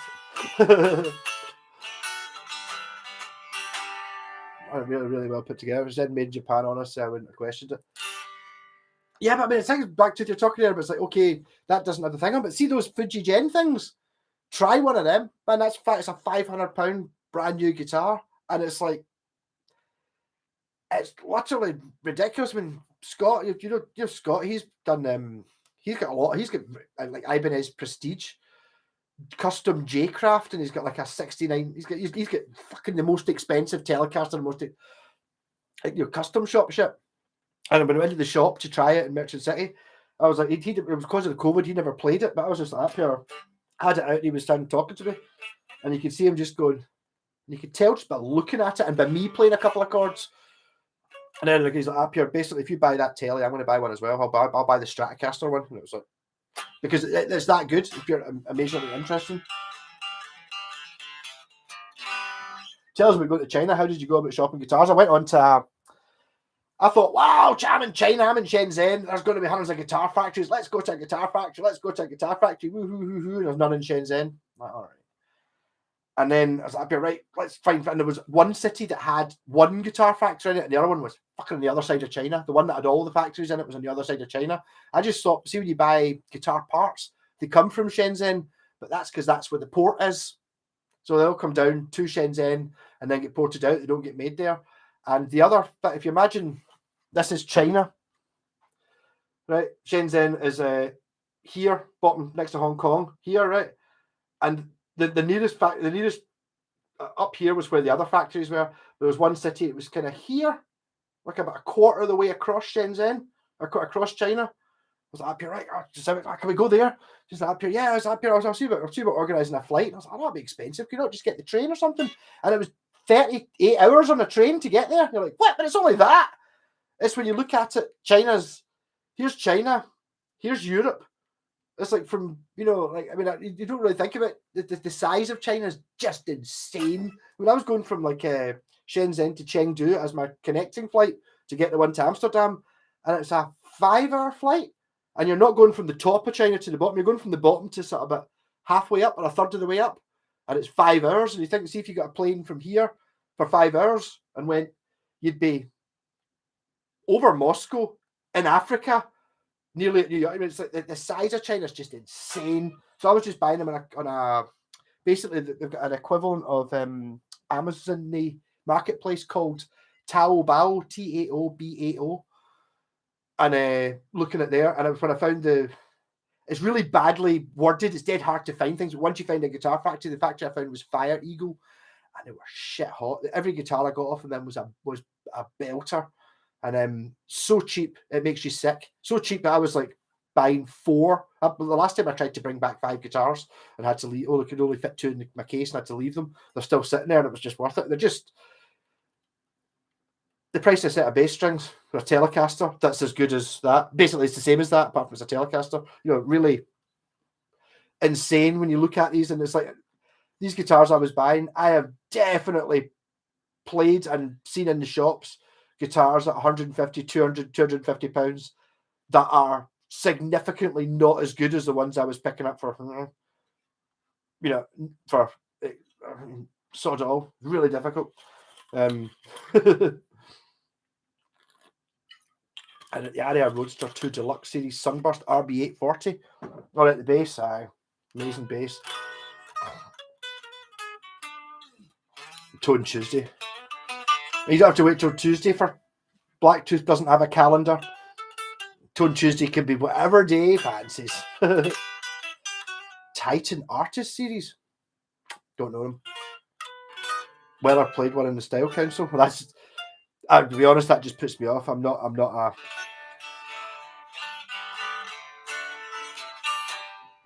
Oh, did you Blacktooth? Did you go and try the FGNs?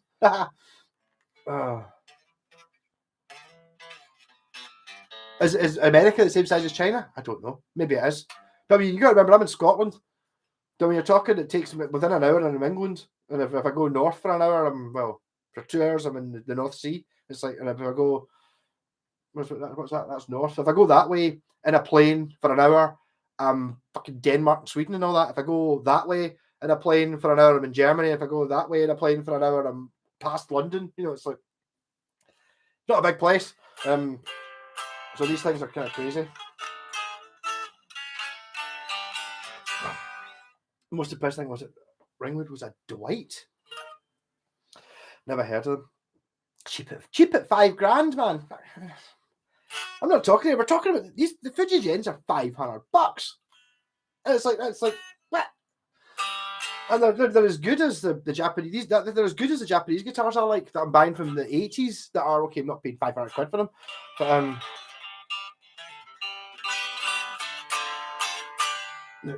they were good, cool. Sort of super stratty, but good value. Yeah, it depends which one you get. I mean, mine's blatantly a telly. The one Scott bought, I wouldn't really say it was a super strat. It's more like it's a strat, but it's a hardtail and it doesn't have a scratch plate. It's got 2 humbuckers. I don't think that. No, is that a super strat? I don't know. Is this a super strat? It depends what you define as a super strat. For me, a super strat has humbucker 2 singles or humbucker single and a Floyd Rose, and it's pointy and it comes from the early 90s. I don't like super strats. Whereas, there's ones that you could argue that anything, as soon as you start putting anything in, hey, Space Monkey.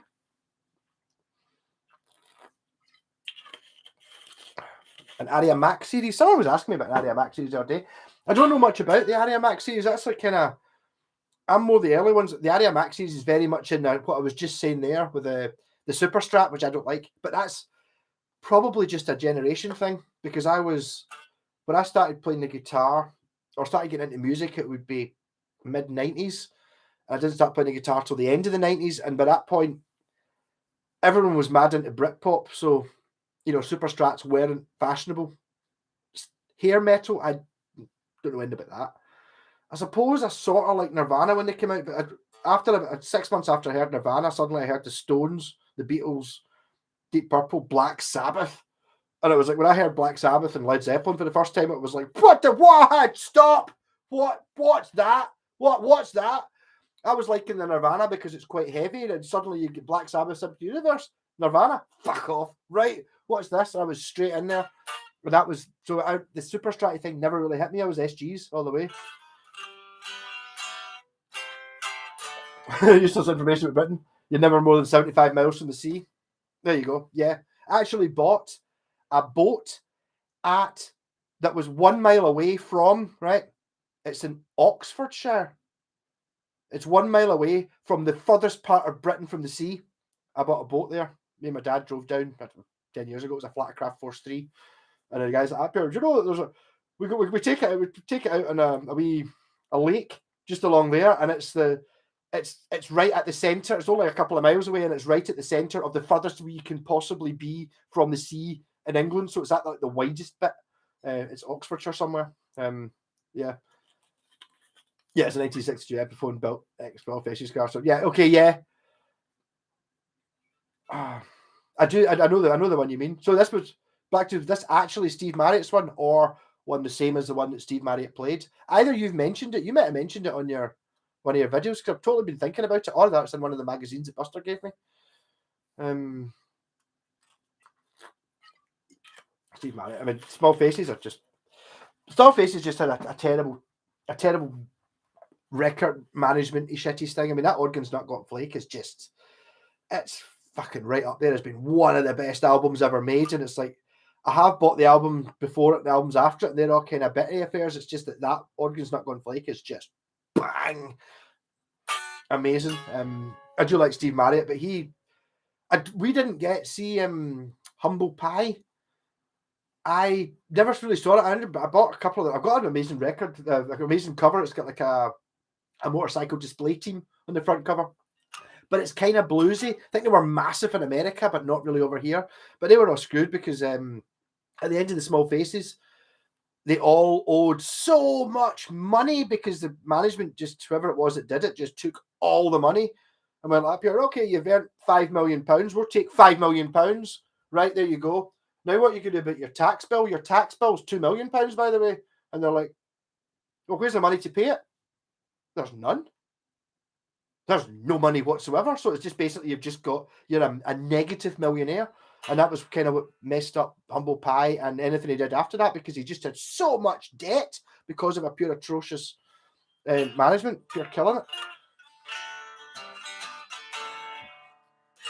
Odyssey, yes, I know the one you mean. Odyssey's the one that Scott bought yesterday.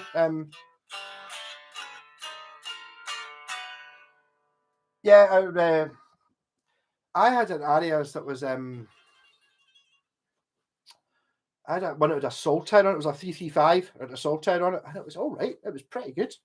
It was definitely better than the Epiphone. I sold it. Good, needed money. I don't like semi-hollow guitars. I was going to keep one. I would keep one with the Scottish flag on it. You know what I mean? As I sort of get it right up you to Noel Gallagher, who I hate, who plays the Union Jack one, who I hate. And it's like, yeah. But I just can't get on with the semi-hollow thing. Doesn't work. It is, yes. It's I specifically looked it out to annoy Blacktooth, so I could tell him that I've been wiping my bum with it for 2 weeks. I was going to do something horrible to it. I mean, it's just not my thing at all. It's like, try to be positive. You think this is like, yeah, this is totally my thing. That's like not at all. It doesn't. See, even if that was like a custom shop that was worth $5,000, I still wouldn't like it, man. Jesus. John Arden. No, don't even. I totally went off. I went off Ozzy Osbourne because of things. If you're an Ozzy Osbourne fan, don't look up J.K. Lee and what Ozzy and Sharon did to J.K. Lee.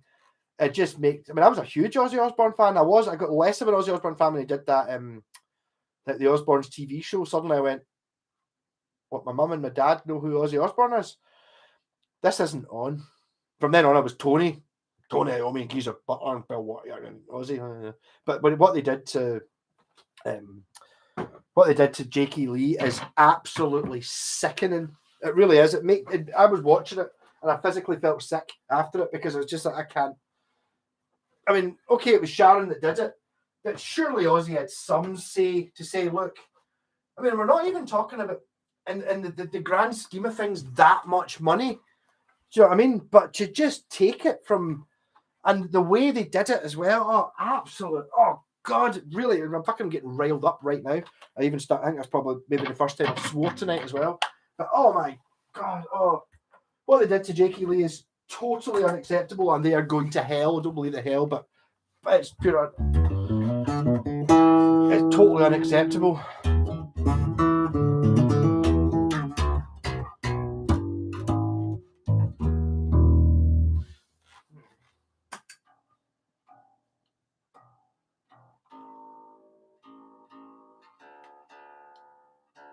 I was having a blues jam with this earlier on, and it's actually quite funny. Yeah. I don't. And actually, I bet it's quite. Well, look out for my for the video I do this week of the Thunderbird bass. This is the one I went down to Saltcoats for the other day. I did a blues jam and I'm doing that. See that guitar there, the Strat, put a P90 in it for my pal, or for a guy who lives just up the road. It's like, I know, like, when I first moved here, there was a guy I know, Ste, brand new, lives. He's into Japanese guitars. He knew from YouTube, and he lives like, I don't know, if you go in a straight line 200 or 300 yards in that direction. Then a couple of months later, a guy contacted me from 200 or 300 yards in that direction, and I walked to go and see him. And then a month after that, it was a guy 2 doors down. Like, I wired a Strat, and then I had to wire a Les Paul for my guy two doors down. And then last week, a guy was up here. Oh, I've wired your guitar before. Is that no? I know the guy with the Strat. That's Andy to my right. And it's up here. I know the guy with the Les Paul. He's Billy to my left.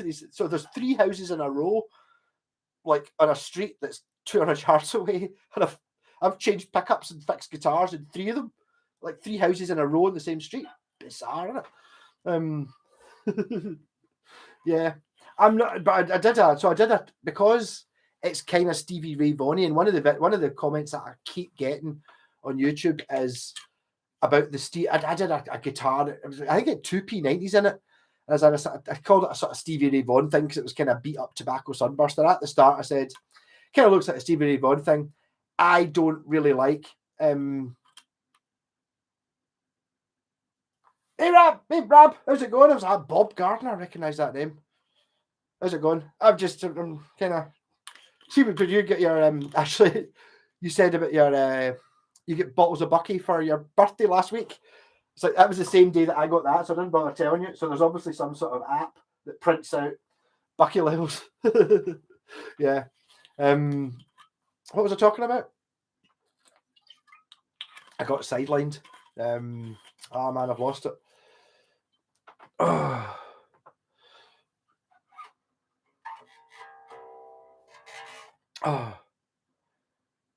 I was in the middle of talking crap about something. About Stevie Ray Vaughan, and I said at the start I don't really like Stevie Ray Vaughan. And honestly, see, every couple of weeks I get a comment in that video from mad Stevie Ray Vaughan fans who are pure raging at me and saying I'm absolutely shiting the guitar because someone says don't like Stevie Ray Vaughan, and then I listen to you and you were pure terrible. And it's just like, for fuck's sake, man. It's like, I don't like.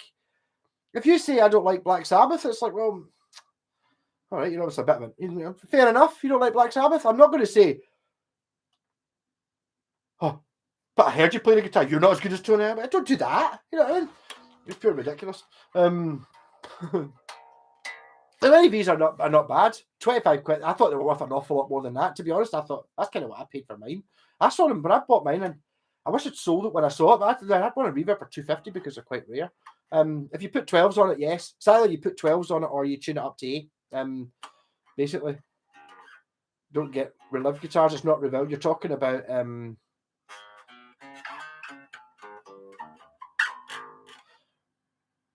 you're thinking of either Reverend or what's the other one that I always get mixed up? There's two. One of them is more expensive. There's Reverend and there's Revelation. Both of them not doing entirely different things. They do sort of funky looking jazz mastery things with lots of switches in them, but one of them's a more expensive company than the other one. I've actually played one of my pals. In fact, I've played both of them. My pal actually, Ian, the guy who owns the Ibanez, they're selling one called a dirt bike, which is pretty cool. Hey, Space Monkey, Jez lives near Buckfast Abbey as well. Your neighbours. And he actually commented about my third or fourth live stream when I decided to start drinking Bucky on it. That is that because he saw the Abbey on the labels. Is that Buckfast Abbey? I was like, yeah, Buckfast. Is like, huh? He's like, didn't even know this sold it.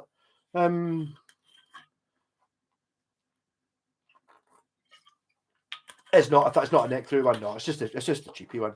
Just a bolt on. They're all right. They're flipping massive. It's neck heavy though, and it's like, but I mean, I'm not an Epiphone. And it was busted. It made me go and buy it. I was like, "Pure, go and buy that. It's really good. Buy it. Better fix it. No problem." I was like, "Yeah, fix it. No problem. It's fine." I mean, I be able to sell it. I was like, "I'm not really interested in it. It's an Epiphone." It's like Epiphone, yeah. You know, like just on a principle thing. They're fine. They're good. Oh, you mean relics? Well, I said relics as in it was pure beat up. I didn't mean someone had sat there with sandpaper and that, because I mean, honestly, no, not for me. I'm not going to start an argument with people saying, "Oh, I can't buy a relic guitar." If you want to spend $5,000 on a Les Paul that looks like it's ancient, I suppose go for it.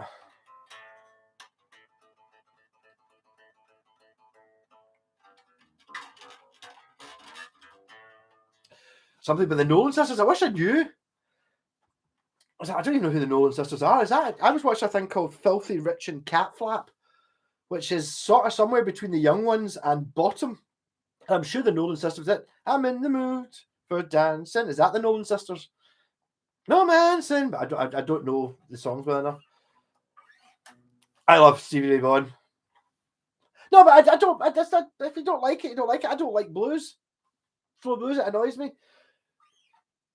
My first two bands were Maiden and Sabbath. Don't want to get Marco thinking he's too right then. I didn't like Maiden for really, to be honest, it was when they brought out the Matter of Life and Death album, and that wasn't that long ago. 2005 or something. I did have the album. I did have Number of the Beast, and I liked Run to the Hills and Number of the Beast, but I didn't like any of the other songs on the album. And then after that, a couple of years after I got that, I don't know, whatever it was, my pal Mo had Power Slave.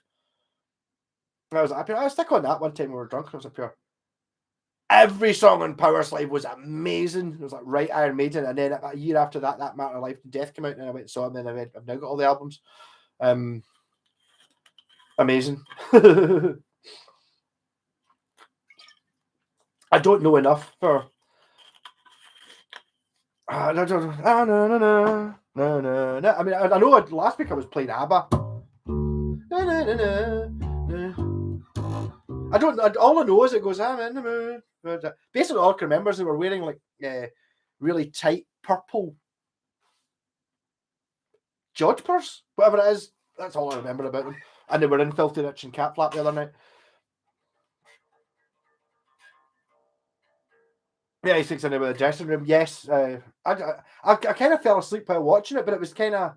It didn't have very good audio because it's just from a VHS and it was on YouTube. But I never got it. I mean, I'm obviously, in fact, saying that, I liked the young ones when I was younger. I thought it was hilarious, and now it's not as funny. Whereas Bottom, there's a couple of episodes of Bottom that make there's one where it's the gas man comes. And I don't know, sometimes you just get lightning striking a bottle. The episode of Bottom, if you've never seen Bottom, look up Bottom don't look up Bottom. Ooh. Yeah, look up Bottom. The TV show Bottom with Rick Mail and Ed Edmondson. There's one where the gas man is round, and honestly, it's just half an hour of just pissing yourself how funny it is. It's absolutely brilliant. Some of it's not so good, but they've got pure glorious moments. Oh, the New Statesman. I've not seen that in ages. I don't think I want to see that because now it would be so exactly who's in government. It would be pretty difficult. Live After Death. I bought Live After Death when I was 12 on double cassette. And I got my dad to take it back from me because I didn't like it. It wasn't what I thought it was because at the time I had a tape which I'd got from a restaurant my dad was demolishing. It was like a copied tape and it didn't say on it, and I thought it was Iron Maiden. What it actually was Rainbow Greatest Hits. So that's what fucked me up, basically, was the fact that I had Gates of Babylon, Long Live Rock and Roll, Since You've Been Gone, Kill the King. Those were the songs. I thought they were Iron Maiden, and when I bought the Iron Maiden tape, it was like pure, oh god, no, because, okay, huge Maiden fan. Kill the King, though. Gates of Babylon, Long Live Rock and Roll. That, I mean, it might not even have been all of Rainbow Greatest Hits. It was a copied tape that I had. But, oh, wow. Love it.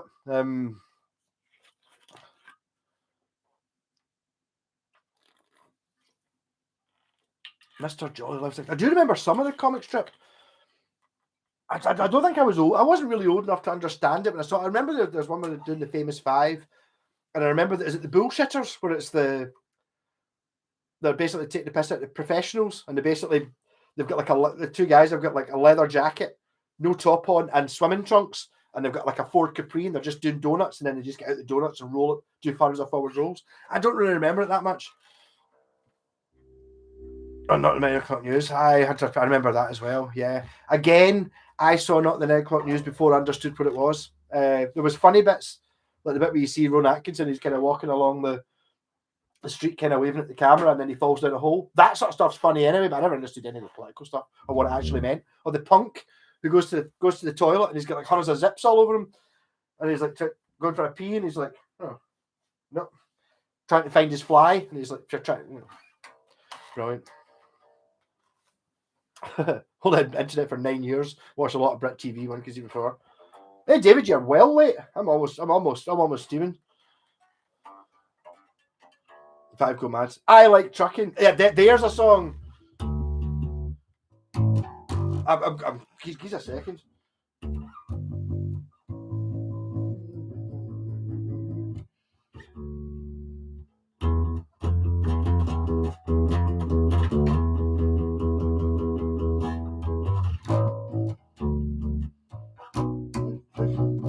I like trucking. I like trucking. I like trucking, and I like to truck.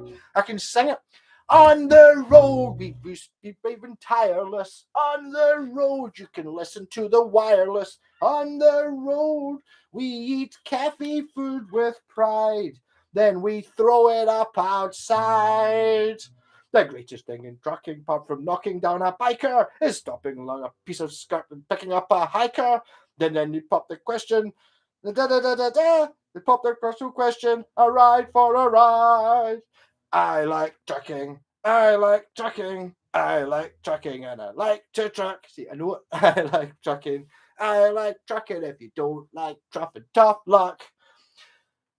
The greatest thing in trucking, but definitely the bit where it's like, what's the bit where it goes up here, waving on the car behind, and meet another trucker coming down the road. Yeah, brilliant.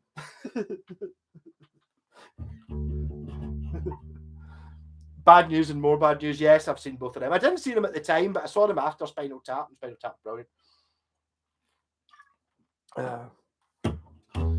On the road.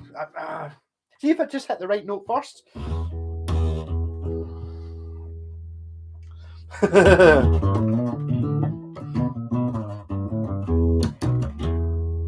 Mark, that's a bit of a sensitive topic. I was born 78 or 43.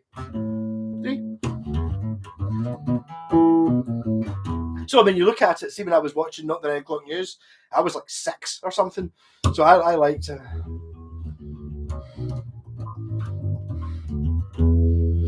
I don't know if it was instead of Black Sabbath. Well, I don't like Never Say Die. It's a bit, but I like I like Technical Ecstasy. The rest of my Black Sabbath band don't particularly. aren't that keen on it. But I mean, I still rate Technical Ecstasy as being really good, and Never Say Die still all right.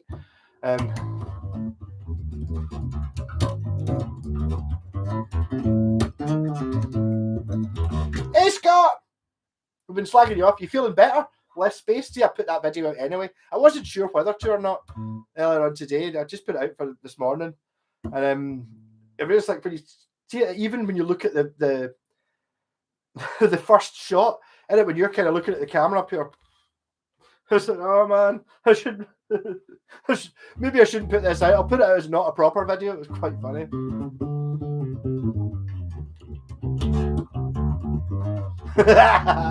Yes, I wish I'd recorded the bit where you were getting pure stuck into this bass last night. Not this bass, basically the Thunderbird bass. So it could have been a Gibson one, a couple of grand. Still, everything you said applied to this. It's like, what?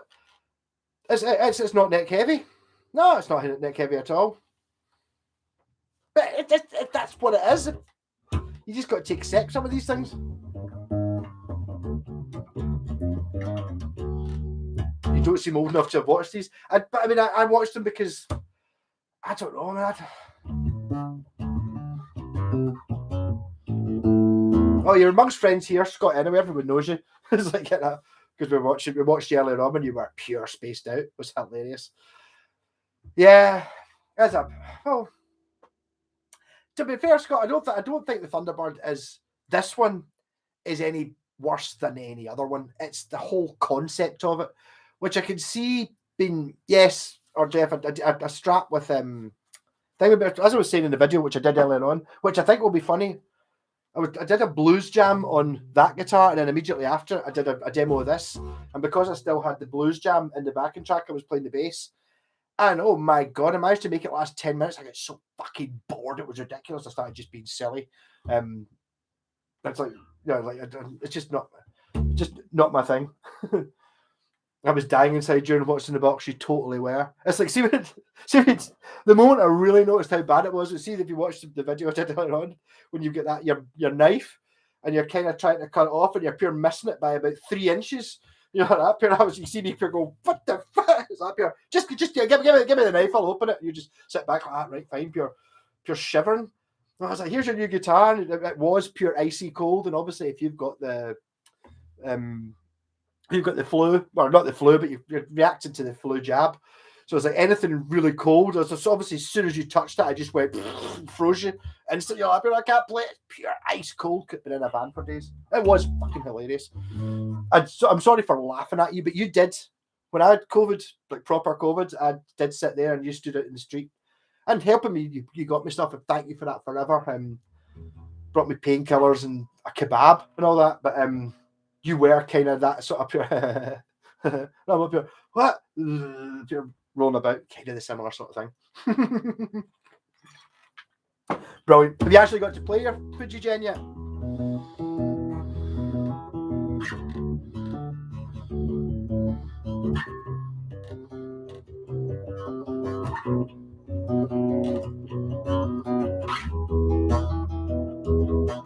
You got a metal zone? I would hate it, but I mean, it would be hilarious. I have to admit, Blacktooth, I didn't watch your pedal board, schmedal board. What's up here? Pedal boards. I'm currently running one pedal, just running my original Rat. The Rats kind of, see what I've noticed is basically, although I've had 20 pedals set up, the ones I've been using is the Joyo US Dream and one of the Fuzzes. And the Rat is almost exactly halfway between the Pi Fuzz and the US Dream. So I think, see, if you had the Rat pedal and you kind of turn some of the dials down a bit, you get the Joyo US Dream, and if you turn them up a wee bit, you get the Fuzz pedal. So that might be my three pedals that I get to. I'm not exactly sure what I'm doing yet.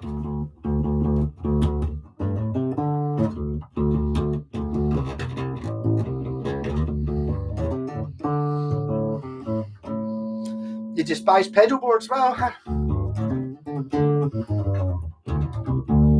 just don't have time to work out how to use them.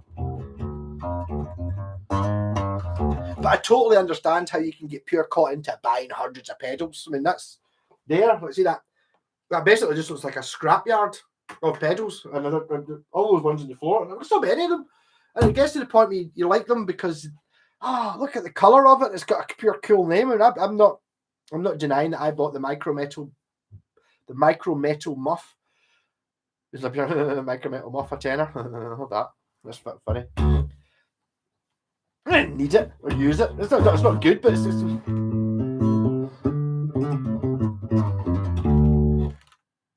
I think I said a way of guaranteeing you'll get tone sucked with the several pedals you definitely will use. Well, but it depends what you like. I mean, I don't really like listening to music that's got hundreds of pedals in it.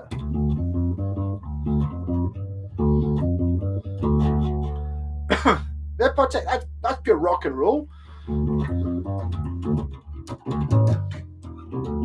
Yeah, I totally get it. I totally get the fact that pedals are for some people and for other, but it depends what it is you like.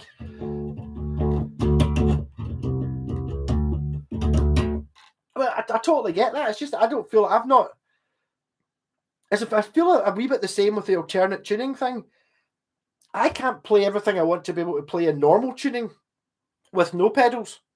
So as soon as you put another tuning in, I've got a whole other shit to learn that I can't do either. Or pedals are pure. I've now got to work out how to do everything I can do with tons of chorus. No, it kills me, man. Maybe the way to do it was, see if I was recording right, and I had because you've got to play to the sound, don't you? I don't know. It just boils down to the music that I liked when I was growing up. The music I liked when I was growing up was, I don't know, started with the Beach Boys and the Shadows, and then it went, I suppose, Michael Jackson. Not really count very much, but you know, like.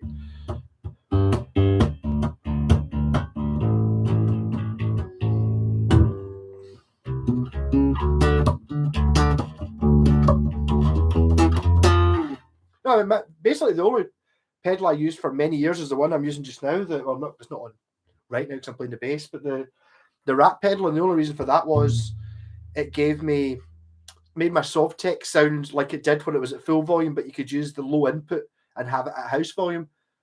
That was basically why I used the Rat. And then when I started getting into the loop pedal, you need the Rat a distortion pedal before the loop pedal so that you can put in a clean backing track and then put distortion over the top, or vice versa. So that's the only reason I use it. If I could get away, the argument there again, I suppose, is when I bought that guitar, that amp was so I didn't need that. But if I put the loop pedal in the effects loop, I think it would do that.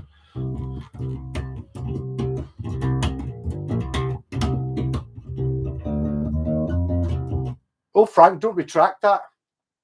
I saw it anyway. You said mini guitars. I'm not sure exactly where the mini guitars is.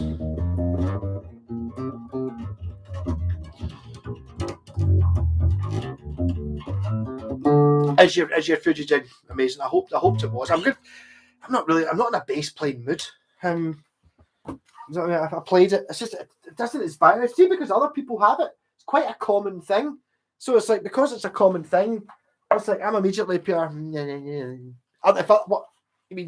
You can look up YouTube and you'll see lots of people selling it, and nah, not for me. I'll play something that's a bit uncommon. Eventually, like, see if this was a Mexican Fender, I wouldn't be as interested in it because it wouldn't be.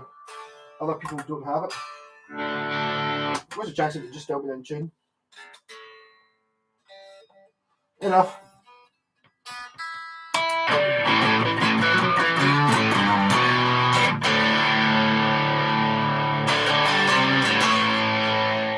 FGN. Oh. Yeah. Right. I don't know. I don't like pedals. I hate them. It's like a ton of them. I totally understand the attraction in them, and it's like there's so many. It's like just a little bit more or something you've got, but playing bass in the late 70s is like no stinking pedal. I use a multi-effects thing when I'm playing in the Black Sabbath band. Pointing to the after the end amp. Just like a Zoom or a Roland or something. I can't remember what it is. A wee red thing. purely because I was taking the Arian tuner pedal, I was taking a drive pedal to get a bit of dirt, and then I was taking a Crybaby Wawa pedal to play the intro to NIB, and it's like, really, I mean, no one else can hear it anyway. You're playing it through a fucking big amp, so I just bought this. It was only 20 quid or something, like second hand, and it's like, it's got a Wawa, it's got a tuner, and it's got a fuzz pedal on it. So I'm using that. It's just not worth it.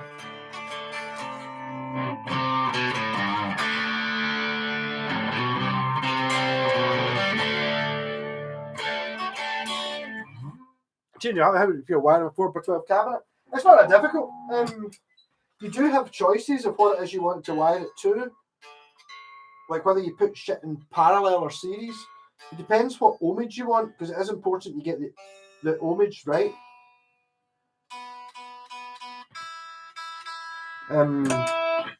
For what you want. It's like basically you want to aim for a 16 or an 8 ohm cabinet. And depending on what ohmage the speakers is, there's calculations for working out. But I mean, the actual physical wiring up's not difficult. Should be easy.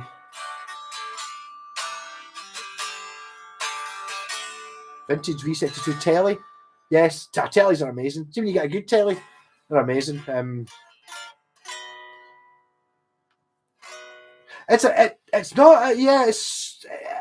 like it.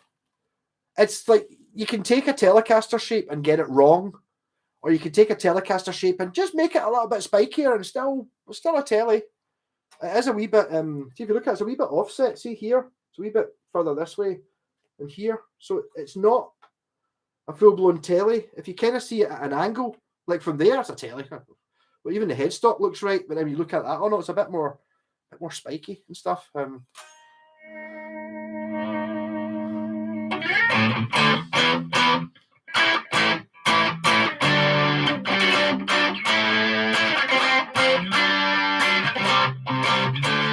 Wrong here.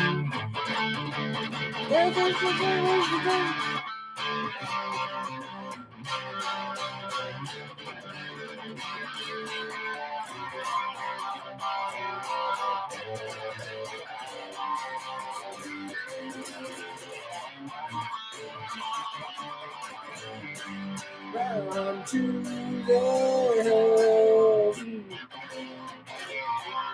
I'm for your love. Round to the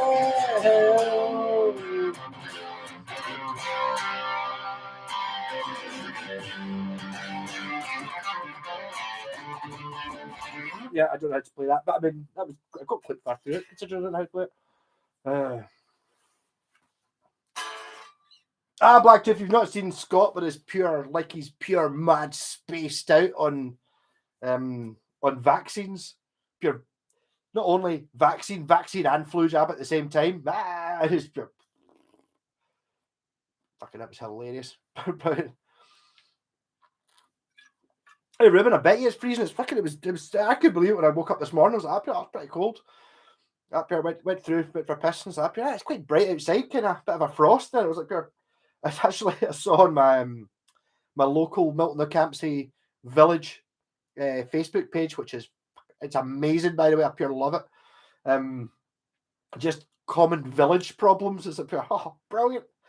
I found this. I found this hat on the railway line. Brilliant. It just really gives you a sense. Up here, first snow in Milton O'Campsie. No way, snow. Open the window. Snow. Like so it snowed last night. Brilliant. But yeah, I can imagine it's freezing. Whitman came across the sea arm with tapes and bottles of Bucky. Whiteman came from across the sea, arm with tapes and buckfast wine.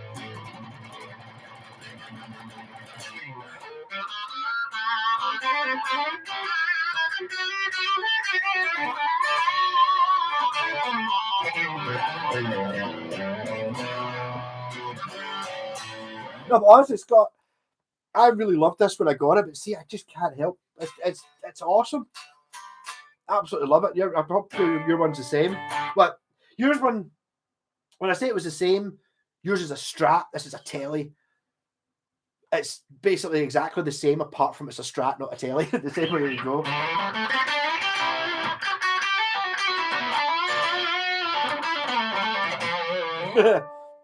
Yeah, well, we didn't actually play.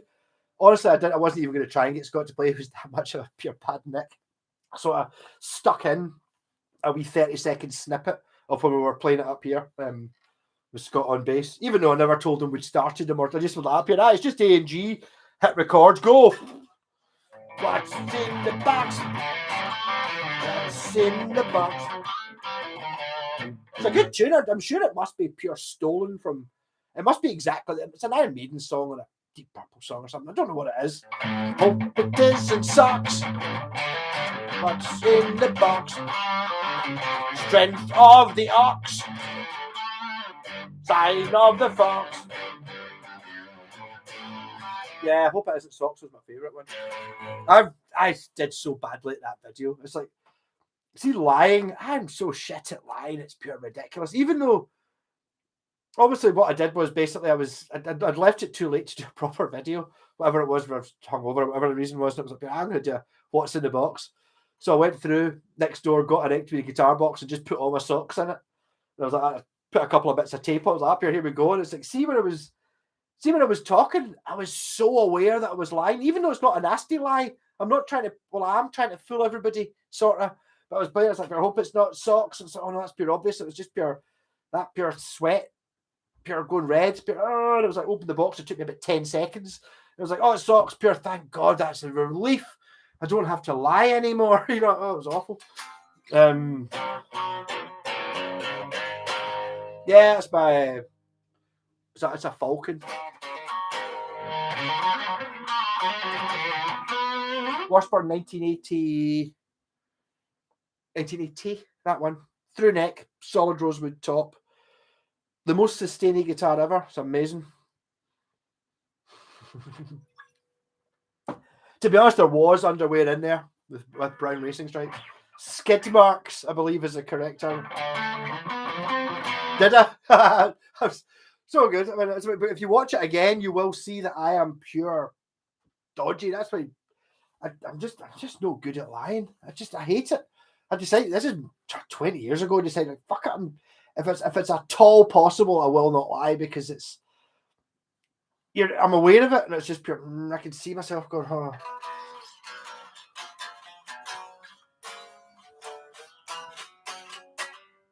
Yeah. So Scott's one, it was an FGN guitar, but it was ice cold, and Scott was in no condition to play it. Plus, I wasn't expecting it. I was going down to Saltcoats to pick up that Thunderbird, basically. Oh, I need to talk to that as well. The guy, Brian, who I met years ago, like 4 or 5 years ago, when I just started doing the sort of guitar.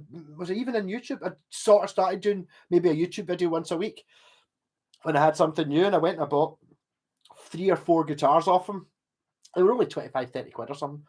And I was a bit kind of worried about it. And but I messaged it was his wife's Facebook page, and she was like, "Is that pure? Oh, I'm selling it for my husband. It's my husband. He doesn't have Facebook. He knows you. You bought a cheese guitar off him." And I was like, "Yeah, cheese guitar." I do remember buying a Strat, the one that I made into a cheese guitar. It had lots of holes drilled in it, but it wasn't a cheese guitar. So I was like, Pierre, he knew it was a cheese guitar. Therefore, he's seen the video of when I painted it yellow and called it a cheese guitar. And I went down and saw him. He was brand new. I sort of recognised him, but apparently he wasn't sure about me last time because I was a bit hyper.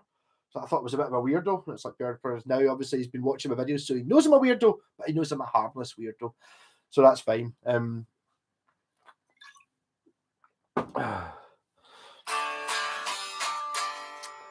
I know Trogley. I will not be like that. I'll never be a Trogley. I'll never be buying. Well, I don't know. It's like when Buster was trying to get me to buy that Epiphone. It's like, the Thunderbird. It's like, yeah. I mean, it's a good bass. It's totally fine. It's fine, but it's for normal people. I'm not really that interested in guitars that other people have, which is not the way to make money or not the way to do. It's not the way to do it. The way I should be buying. I've known this for years. I should be buying Mexican Fenders and know about them, and Squire Classic Vibe and Epiphones and low-level Gibsons. I should be buying these things. at the lower level of what they're worth, you know, an Epiphone Studio, well, they go for between 500 and 700. I should be buying them at £500, selling them for. I should be doing that. But the thing is, I'm just not interested in those guitars. So instead, I'm buying pure obscure ones that no one's ever seen before because I think they're exciting. There's plenty of other people that do videos on all these other ones, but it means I'm not getting anything like the hits or the subscribers and anything like that.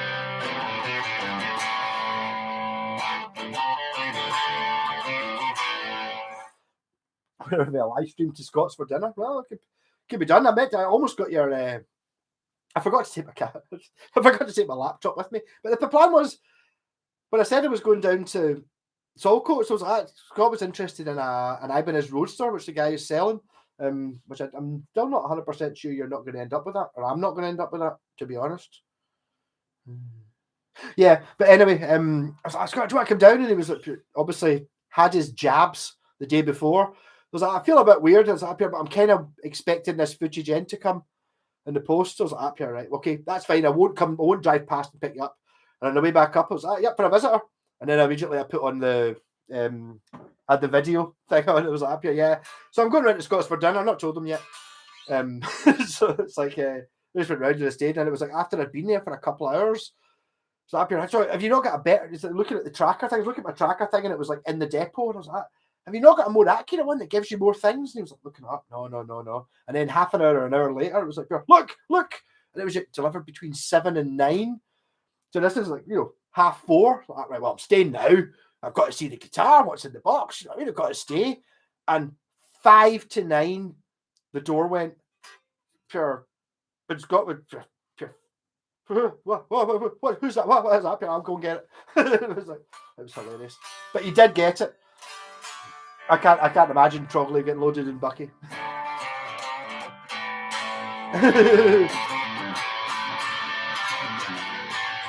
Yeah, I mean, you're still getting really like saying you're fighting with the working class. It's like normal people.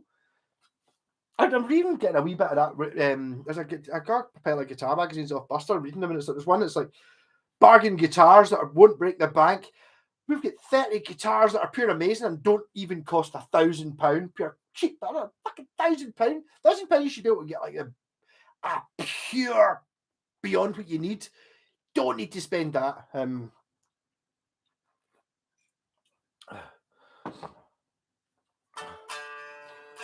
I do like Scott Grove, but I will be totally honest. I'm not lying here when I say that I had already been doing YouTube for a couple of years before I even saw Scott Grove, and then he did inspire me to the point of, all right, hold on, I can just talk shit. I think he gets an awful lot of abuse. I don't know if he's still going.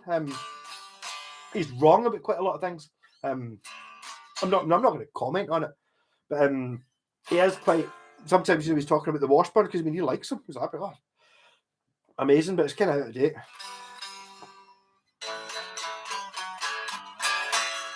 But you still get Japanese guitars, Pontiac. You can still buy them, and they're not expensive. This is £500. Well, I didn't pay £500 for it. I paid half that, and so did Scott. It's like if you buy them second hand, and it's like the only issue I had with this was it didn't really look that. In fact, I can't even see it. Okay, I can't see it, bastard. It had a bit of a cat scratch in the back of the neck, which you can't even see now. And what I did was I just sanded it down a little bit with grit paper, which kind of made it go satin. And then I put Jim Dunlop fretboard oil just on it, just rubbed it in, thinking I'll make it a little bit better. You totally wouldn't know. You'd have to be looking for that scratch. Apart from that, mint condition, brand spanking new.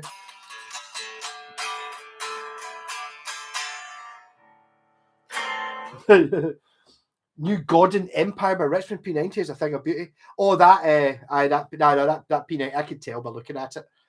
I've got my own P90 guitar. It's I had to make it to get the right one. I had a Godin before, which is really good, but P90's kick ass. I should have just fitted P90 or P rails to that Ibanez there, the Road Core. It's quite interesting. Video up during the week.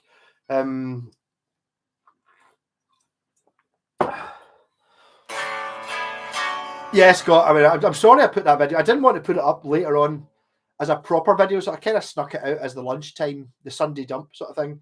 I knew you wouldn't mind. because you're too easy going to care. You know, if I ever put anything out you're not happy with, it's like I will. I'm obviously just saying I will immediately pull it. Blacktooth get Vertex effects. Out here. Working class. You know, working class. It's just a case of normal folk, not dentists or like troglies who can spend. Oh, so I bought a couple of Tony Iommi guitars, so I just bought both of them. They're only $20,000 each. But then again, he's not a customer. It's dead easy to get into this thing about buying guitars that aren't yours. That's like something like this, which Buster was telling me about. This is not for me. It doesn't really interest me. It's fine. It's a nice bass. Someone asked me, I'm going to buy a bass. Should I buy an Epiphone Thunderbird? I'm like, yeah, totally. Do you want it? No. But I've got everything I need. So anything that I don't have has to be something. I didn't need a telly, I'll be honest. But this is just fantastic. Scott Grove came to here. Fucking awesome. Is Scott Grove still doing videos? I must be subscribed, but I've not seen a video of his for years. I liked him, but I mean, it's like the whole idea. But he's got his opinions. He says what he wants to say. He's not right all the time, but that's not the point. I'm not. You know, what I say is I'm not right. I'm saying this is what I think. Here you go, and it's like, yeah, okay, you could. I might have said, oh, fucking Fender had a shit model in 1992. I was like, yeah, I think you'll find it was 1994. But does that help? Do you know what I mean? Or whatever it is. You know, details. It's like you take it everything with a pinch of salt because there is no superior knowledge about these things. It's quite funny how people actually find me. I never really thought of that. Blacktooth Fox. But you got me through Scott Grove. I mean, I hope I do get linked to him in the same game. He's obviously like a super famous session musician thing.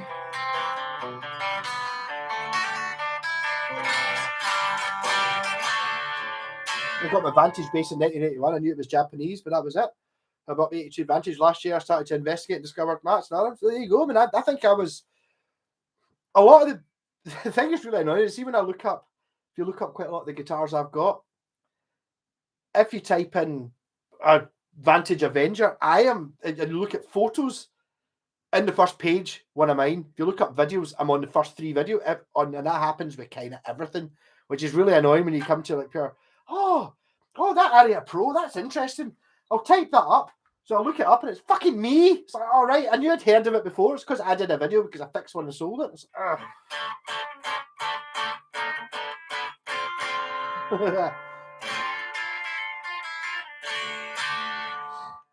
looked up FGM basses online, 5, 6, or 7. I bet you they're amazing. They don't have, actually what I noticed, Scott, your one doesn't say boundary on the headstock.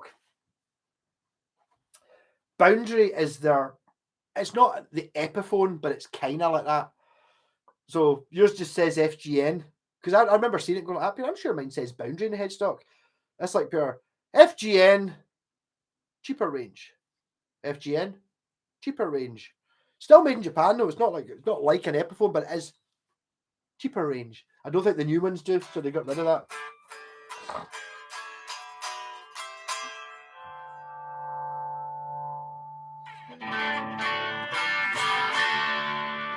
Scott Grove died from the booster. Well, see, I heard that he wasn't well. I kind of knew he wasn't well, but I haven't seen him do anything for ages. He was doing music lessons, and music lessons don't really interest me. Not that I know everything, I just can't be bothered learning. Although I should. I need to learn some new stuff. I keep playing the same thing. Has anyone seen that year?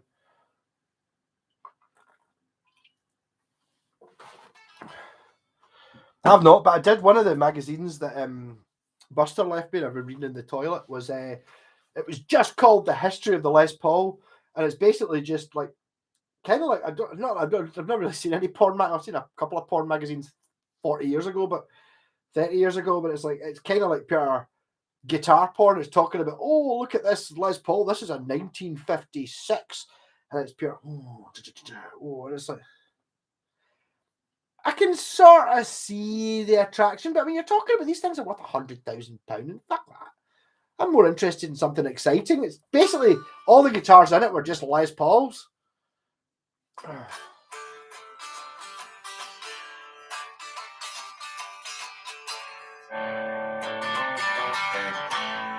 How many guitars you got?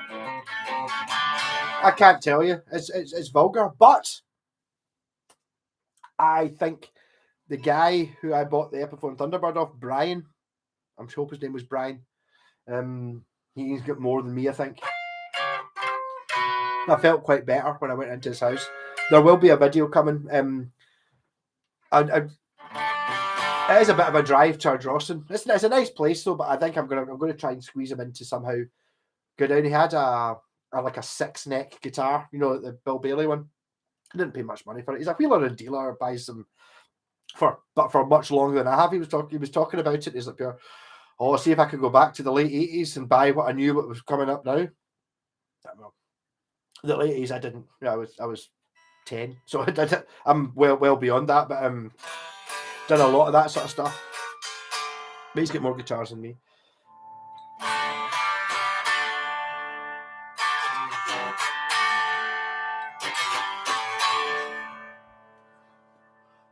Yes, Scott Grove. But the thing was, he said that he liked guitars. It wasn't with a tele configuration. It was 3 single coils. It was a Strat configuration he liked. But he didn't. Like, I don't like this guitar. It's got 2 humbuckers. I like 3 Strat single coils. And it's like, but he said that so many times that you knew that he liked 3 Strat single coils. That's it. And he could get away. He didn't mind if it was coil split as long as he got his 5-way position switch. Well, totally fair enough. It's not necessarily what I like, but that's not the point. But so he would gauge everything on that, and it was like, I think he gets so much grief. You couldn't comment on his videos, or you can't comment on his videos because I think folk would just pure go, oh no, I've got a custom. Fuck off! This channel's not for you. It's for. You don't have to agree with everything I say, but you can't argue with it. Just because I say like FGN are pure and amazing, maybe you bought one and it was terrible. It's like, well, you didn't. But I mean, maybe you think you did, or maybe you saw it in a picture, or you read a review somewhere that said it wasn't good. And you can't judge it on the actual ability of the difference between actually having it. So I mean, I've got this here. I think it's amazing. It's possible you wouldn't like it when it comes to it, but if you're going by other reviews and looking at the photos, then I win because I've got it here and I'm playing it and saying it's amazing. So just because you didn't, it's like, Scott, you're about 40, so you're younger than me. Yeah. You're a good picker. You're seeing. I don't know what C&W is. Country and Western. I don't pretend to be as good a guitarist as Scott. But he's been playing longer than me, so fuck him. I'm softening my stance on Les Pauls. As long as they have a twist. Double cut juniors, P90 gold tops, mini buckers, regular sunburst, Les Pauls, both the shit be pierced. I understand. I mean, yes. I mean, if they weren't so expensive, but the thing is, I just see the Holy Grail being a 1958 Les Paul that Slash plays. Oh, and Jimmy Page plays one, and you're like, but Tony Iommi doesn't play one. Tony Iommi plays an SG special. So maybe if everyone pure hankered after the late 60s SG special, I would kind of get it a bit, but it's like, it doesn't. And Peter Green, it's like, yeah, totally. A fantastic. I mean, what an amazing song. There quite a lot of the songs are.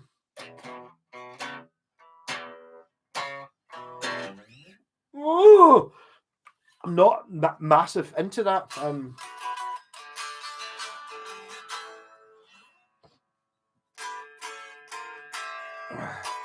Blacktooth, you might be right. I'm not calling you a bastard. Well, I'm calling you a bastard. I'm not calling you a liar. But I've definitely seen when he gets things custom built, it's always the 3 single coils. So it's possible he did one. He did get one that was a Flying V. That was a tele configuration, but he definitely has more than one custom built for himself Flying V with 3 Strat pickups. Definitely. Catch you later, Frank. I like a clean Les Paul sound. I don't know. To be honest, I think I'm just against the fact that a Les Paul, everyone likes them, therefore I don't. And the fact it's $2,500 or whatever it is, $2,000 for a Les Paul, and you're like, or like, oh, you can, but you can get a cheap one for 1,100 quid. Fuck cheap. I don't want guitars cost 1,100 quid. Fuck that. You know what I mean? And that's better than the $2,000 one. So that's the point. Scott goes past, he put up his Japanese guitars for 2 days ago. Maybe he did. I hope not. Hope he's not. Hope he's all right, man. I know he was ill. I'm just, he must have changed his. I'll need to search for him. I've not seen a video of his for a couple of years. Maybe he's changed his YouTube channel because I know he got a lot of abuse from folk telling him that you can't say Gibson aren't good. You know, it was just like pure abuse. He'd have the disclaimers and all that, and he'd get tons of abuse because he maybe said, I don't like the new Fender this. And it was like pure. I think you'll find if you look up the internet reviews that this Fender's amazing. It's like pure. Yeah, but just because he wasn't bought. I mean, obviously I've got no power whatsoever, but I'm not bought either.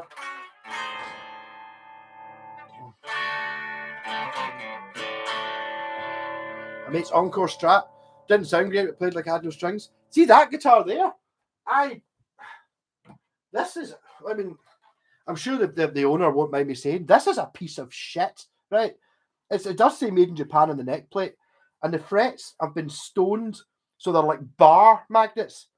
And he asked me to put like he liked the neck pickup, didn't like the middle pickup, the bridge pickup sounded pish, so I put a P90 in it. It's been jumping. He bought it at a tenner from the pub, and this tuner didn't match, so I put on one that matched a bit better. So I put it in, thinking, yeah, it's what he's asked for. It's what he's asked for. These frets are atrocious. This is going to be crap. It's fucking really good. It's really good. And it's like it's totally lumpy as hell, and it's like it's plywood. This is a really good Strat. It kind of doesn't deserve to be, but it totally is. So I was pure snobby about it. It does say made in Japan in the back, but that doesn't really mean anything. And it's got the cheap type of tuners, and that's the one there that I put on, which doesn't exactly match, but it's kind of ballpark. The one he had on before was open back and had a big white bit on it, so it's better. But I mean, this guitar, it's really flipping good, and it's like it just. I was willing to totally accept him. You can see when I did the video for it earlier on today, when I put it up, it's like, yeah, okay. You can get a guitar that isn't what you expect it to be, and that was not what I expected. But he kind of said it was really good, so I was like, okay, all right, there you go. Scott Grove, I hope Scott Grove lives. Hello, Scott. I love if he maybe say hello to me, man. Fucking the guy's a legend. Love it. It was pure, a total inspiration to me. I didn't copy him at the start, but after a couple of years of doing the videos, I saw one of his videos, and he was just, I think he just had a camera looking at his TV screen, and he was looking through all the Washburns or something, and he was wrong about half of the stuff he said, but what he believed, he was right for the other half. And I was up here, yeah, fucking, I can do this. I'm going to be like that. I'll just keep doing what I'm doing because it's okay. I hope he is. Yeah, I'm going to watch Scott Grove tonight. I've not seen one of his videos for ages. I hope he is. The guy's a legend. I don't agree with everything he says. No, but I don't agree with everything I say. And it doesn't matter if you don't agree with me. That's a totally. He likes the 3 single coils. I like, well, I kind of like, I don't know. I like, depends. An Encore, an SE1. Don't know it, but I don't doubt that there is an Encore out there that's a belter that nobody knows about that you can pick up for.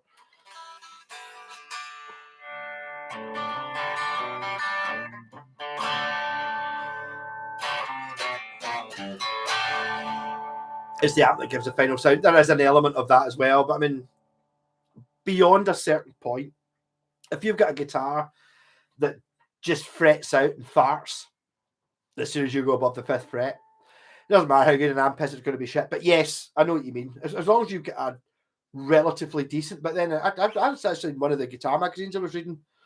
I got a buster. It was like asking famous people like Joe Bomber, would you rather have a decent guitar but an amazing amp, or an amazing amp, or a shit amp and a good guitar, or a good guitar and a shit amp sort of thing? And it was like, well, at least with a shit guitar and a good amp, you might get some good sounds. Whereas if you've got like a shit amp, it doesn't really matter. You know, if you're playing through one of these things we're talking about, like your K 10-watt amp,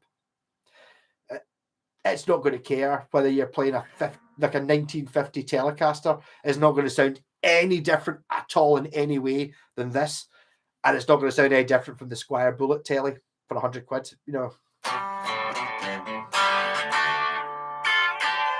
Conrad. I have heard of Conrad.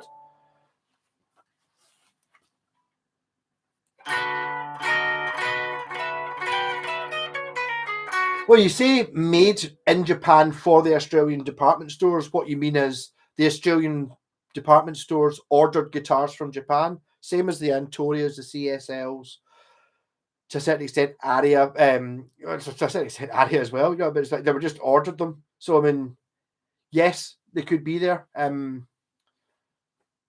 but it's not. They weren't made for. They were just bought by. So you get like your Aria. I was talking earlier on about the Avon Rose Morris and the Morris Hurricane and the Arbiter and Grant and all basically any shop in the UK, because back in the day you didn't get Squires and Epiphones. You had, if you wanted guitars that weren't Gibson and Fenders, because they were like 500-600 quid, you wanted guitars at 100 or 200 quid, you had to order them. And then when you ordered them, if you ordered enough, you got your own name put on them. And it's not all the Space Monkey, it's not all in the pickups. The pickups are definitely part of it, but it's the whole thing about it's got to be able to play all the notes without buzzing. It's also got to be able to play all the notes without being really difficult to play them. And then it's the pickups.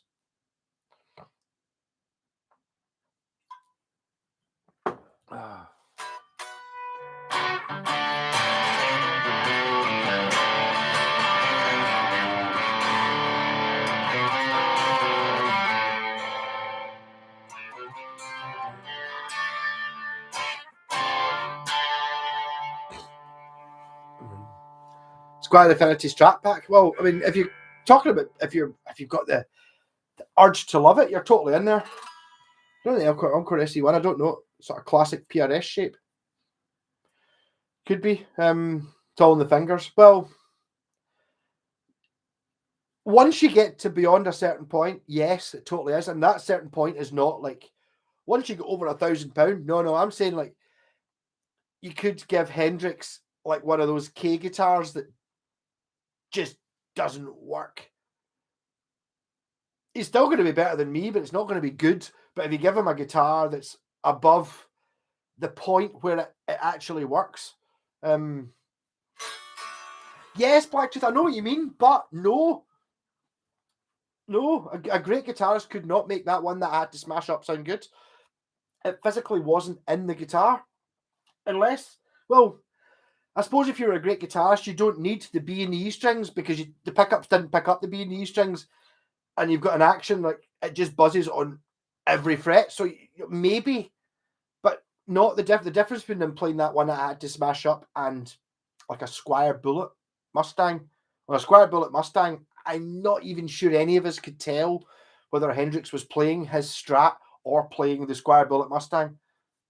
I don't think it would make any difference, but there is a point where you get to where it just, you know, okay, your intonation is miles out. That you could probably play Smoke in the Water if you pure bent it the exact right amount, you know, instead of, you know, you kind of bent. Yeah, okay, sort of, but if you, there is a level where it becomes, this is no longer a guitar, and something like a Squire Bullet Mustang, which I'm keep referring to that because that's one I know at 120 quid. That's a guitar. That's not something that looks like a guitar but isn't. That is a musical instrument.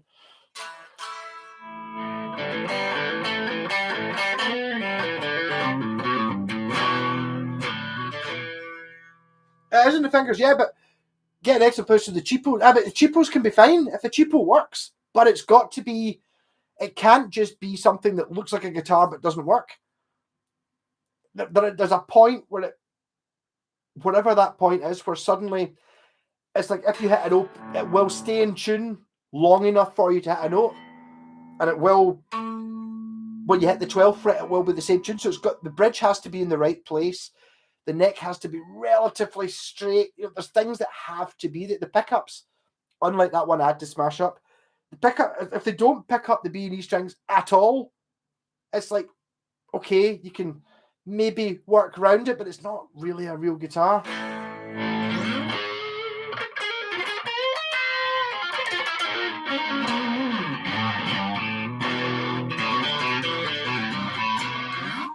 No, Blacktooth, you're not talking. You're playing shitboxes. No, you've not played the one that I had to smash up.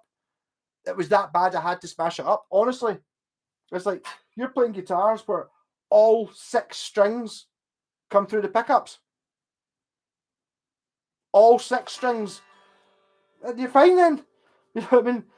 You can see when you try and adjust the grub screws, you can turn them.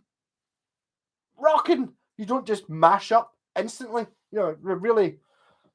I don't mind. I've had plenty of guitars that are worth nothing. They're cheap.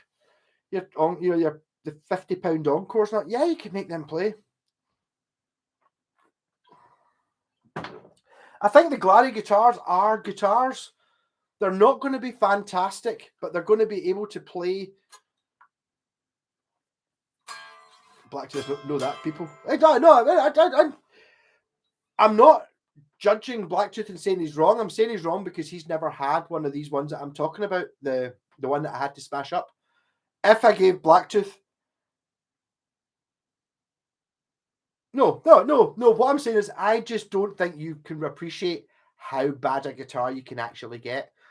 I don't know the Glary. There's a guy selling.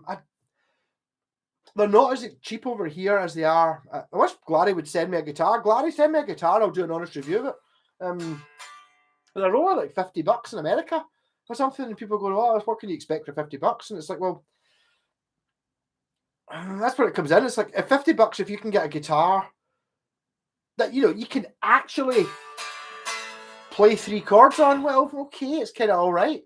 But if you're paying $50 for a guitar, which is like that Iron Brew one I had to smash up, the Erin one I've got next door, you can't play 3 chords on it. Everything's too crap. That's just throw £50 away. And then if you want a guitar to hang on the wall so you can look at it, but nobody's ever going to play it, then it doesn't really matter. But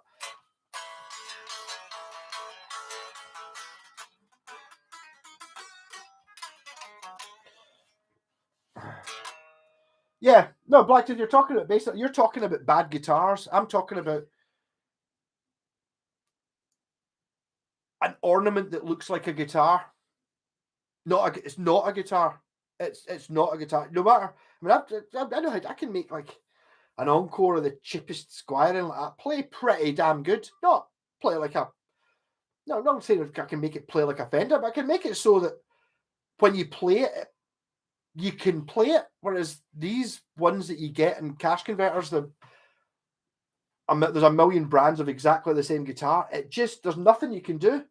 There's nothing you can do. It's like maybe if I change the pickups and the tuners and the bridge and the electrics and the neck and the body, you could have a guitar that plays, but it's every single part of it is just pure. It's as cheap as they could possibly get it.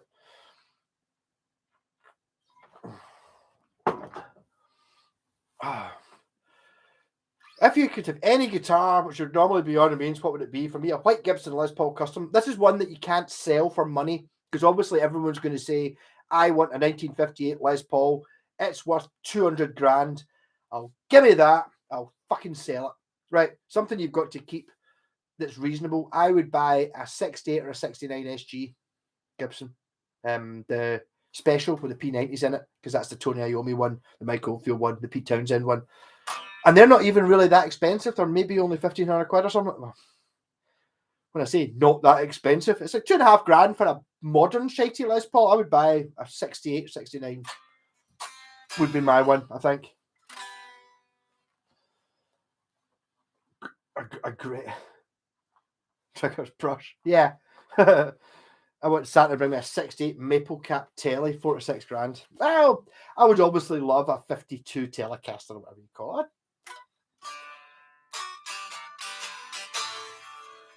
But it's like, it's the whole thing about whether you had money for it. I would just sell it and buy a house. You know what I mean? There's no point.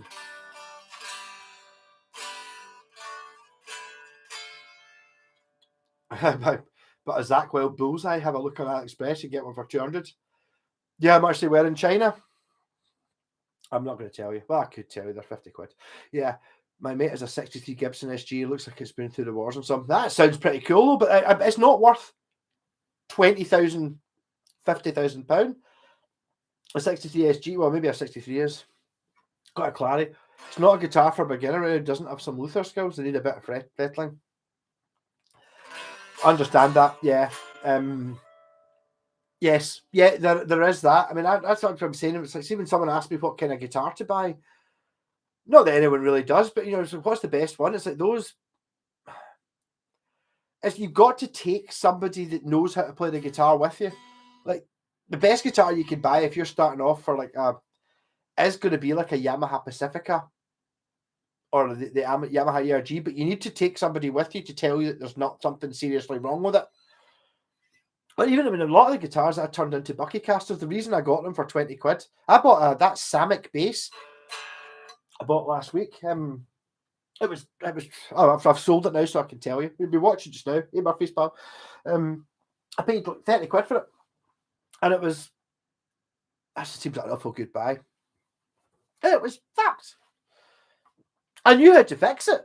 There wasn't anything seriously wrong with it, but as far as the person selling it was concerned, they knew it was fucked.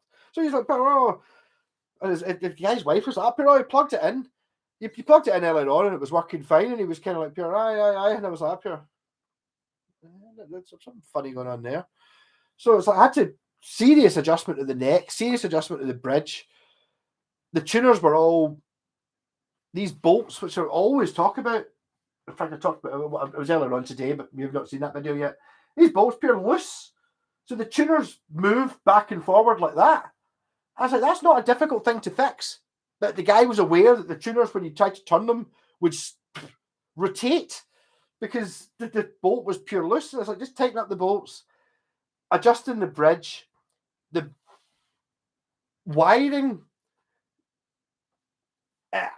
I think what's happened is a wire had come off, maybe, and somebody had sat and going, "Oh, maybe it does this." So like, it was the volume control was bypassed, the tone was bypassed, so it was kind of putting out some sound, but not the knobs didn't do anything. You're like, but just because I knew how to fix it. But it's one of those things that if you're paying 30 quid for a bass, no, you couldn't have picked up a £30 bass and been happy with it. You bought a £30 bass that didn't work. I know how to fix it, so I sold it for 100 quid because it was easily worth 100 quid. But I mean, I didn't. I was easily worth 150 quid, but I didn't want to be take the piss. I'm kind of trying to be a bit more ethical with my selling stuff. I won't sell something for that I don't think's a good buy. Do you know what I mean? I did have to know how to fix it, and you know, if you take it into a guitar shop and go, "Oh, I want you to fix this," it's like, "Oh, it needs rewired. Oh, it needs a new pop." You know, I mean, it could be a couple hundred quid or 100 quid easily, and you've only paid 30 quid for the bass. Doesn't work. Hey, Rob, you think I'm sober? I'm drinking your bottle of Bucky, and there's that much left in it. How fucking sober do you think I am? Idiot, really. Love you, man. Recent new Yamaha Pacificas are not cheap. No, they're not cheap. I think even the ones that I'm calling the cheap ones are 180 quid. They start at 200 quid, something like that. They're totally worth it. Cheap airport of the Yamaha Gig Maker pack. Yes. Oh, you've got. They're amazing.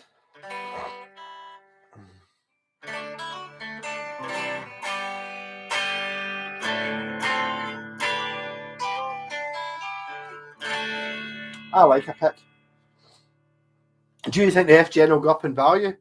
To be honest, they can't go down in value, really. Well, I mean, but I bought it for less than half the price of a new one. You know what I mean? And it's like, okay, it did have a slight dink in the back of the neck, which is now sanded out. You would never know that it was there. But it's the value thing, isn't it? If you Are you talking about my carpet? It is very much an 80s ice cream. Totally get you.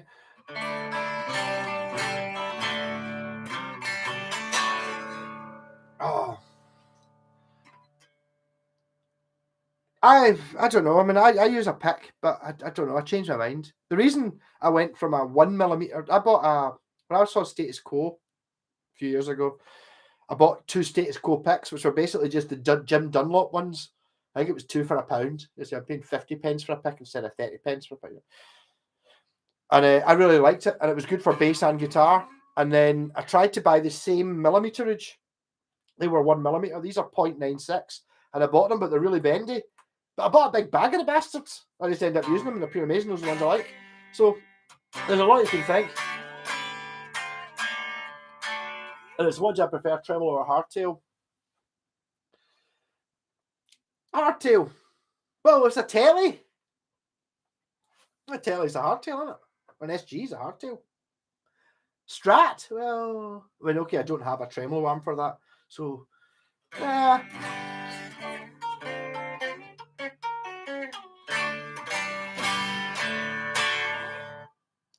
don't know. I don't know. I mean, I'm not. I don't buy guitars for a cute. Well, you just kind of. I mean, when it comes down to see these things, they are going up, because when I bought that, there was one video on YouTube of a Washburn Falcon, one, and if you type in Washburn Falcon into YouTube or Google Images, I bet you at least 5 of the first 10 videos are me, and at least on the first picture of pages, at least a couple of them are my guitar, because they didn't exist then.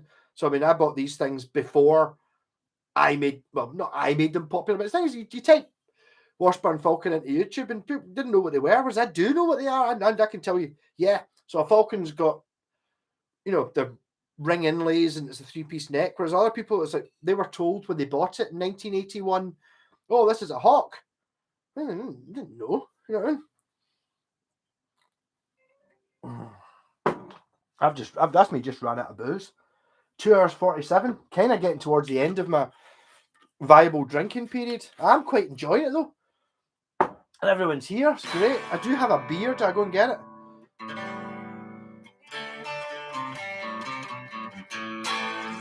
2mm picks. I don't know. I mean, see, the thing I've kind of learned: don't be committal to anything, because you might change your mind. It's all right to change your mind.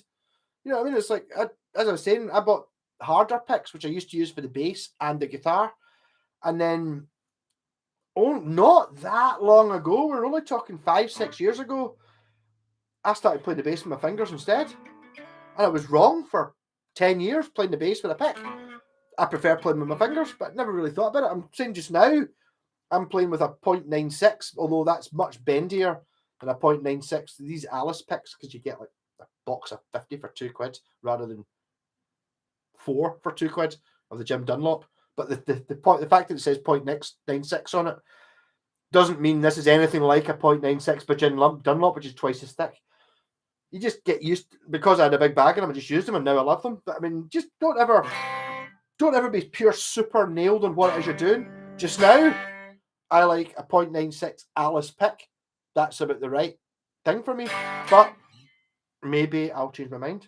Once I've run out of them and I buy another bag and they turn out to not be the size I thought, you just get used to it. So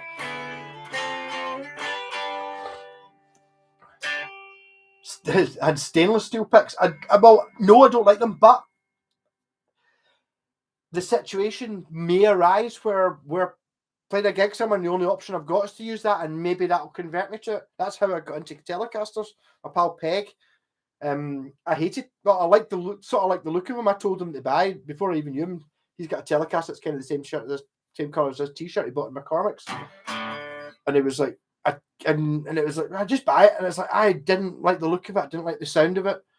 I don't like Telecasters. And then one night we were jamming or something, and it was like, acoustic bass. I was playing his Telecaster. It was the only electric guitar in the room. And after 10 minutes, it was like, oh, I was wrong. I understand. just keep yourself open to that. But I didn't like them. So I mean, I'm still not saying I don't like Les Pauls, right? But maybe I will change my mind in the right situation, or I will play one in the right thing, or I'll play the right thing on it, and suddenly it become sensible.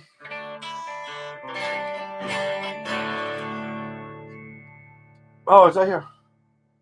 I might go through and get a beer. Actually, I'm kind of getting a bit.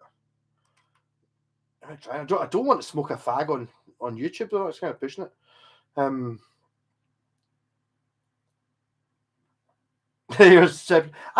thing is really annoying. Back truth about my ERG121 is like I'm getting billions of views of the before video, right? And fuck all for the after. I got that for. I'll tell you right now, I paid £20 for that. I had to drive to the south. I paid £20 for that with an amp and a gig bag. And I basically tuned it up when I got home, did that video as a before one, and then the after one, I done a crazy paint job on it, put a couple of coil splits in it, new strings, and let's get like 100 views, whereas it's like pure thousands for that. But I don't know, it must be some algorithm thing, they must like it. Yeah, I see them. I'm going to go and get a beer. Sod it. I'll be back in a second. I see you were talking about the Omicron variant.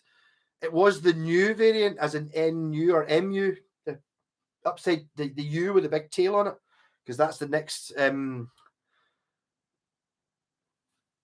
My God, I'm fat. Right, I'm back in a sec.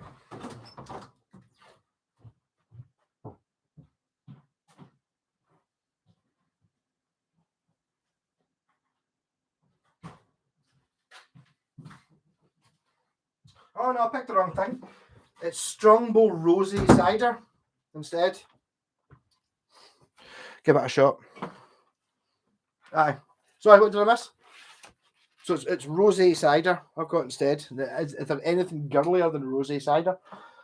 But yeah, they decided to skip out new and then go for Omicron because people would just think new, the new variant. Oh, I've heard about the new variant 6 months ago. It's like no, not NEW, the Greek letter. So it's Omicron. Don't know.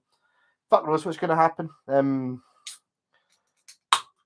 It's like I am not a COVID denier. I've had it. It's fucked up. I can see how it can kill folk. Oh man.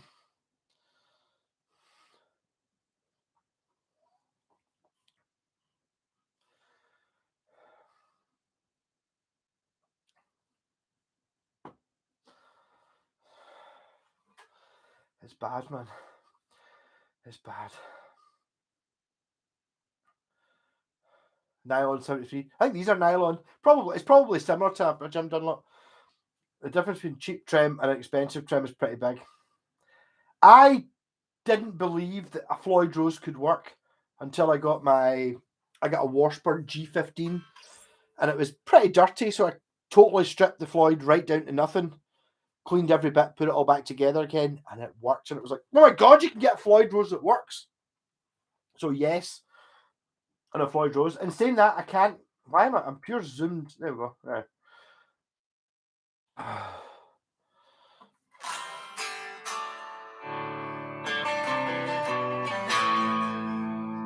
Next up, I'm going to have to wipe my bum with the gold one anyway. Pegman 360. I know one of my best pals is called Peg, but it's not you. His name's Hab. Omicron. Aye, totally. But no, it might be. I don't know the Transformers cartoon movie, but in Futurama, the aliens are from Omicron Persei 8. I'm from Omicron Persei 8. And his wife's pure shouting at him. Big green things. Yeah, definitely.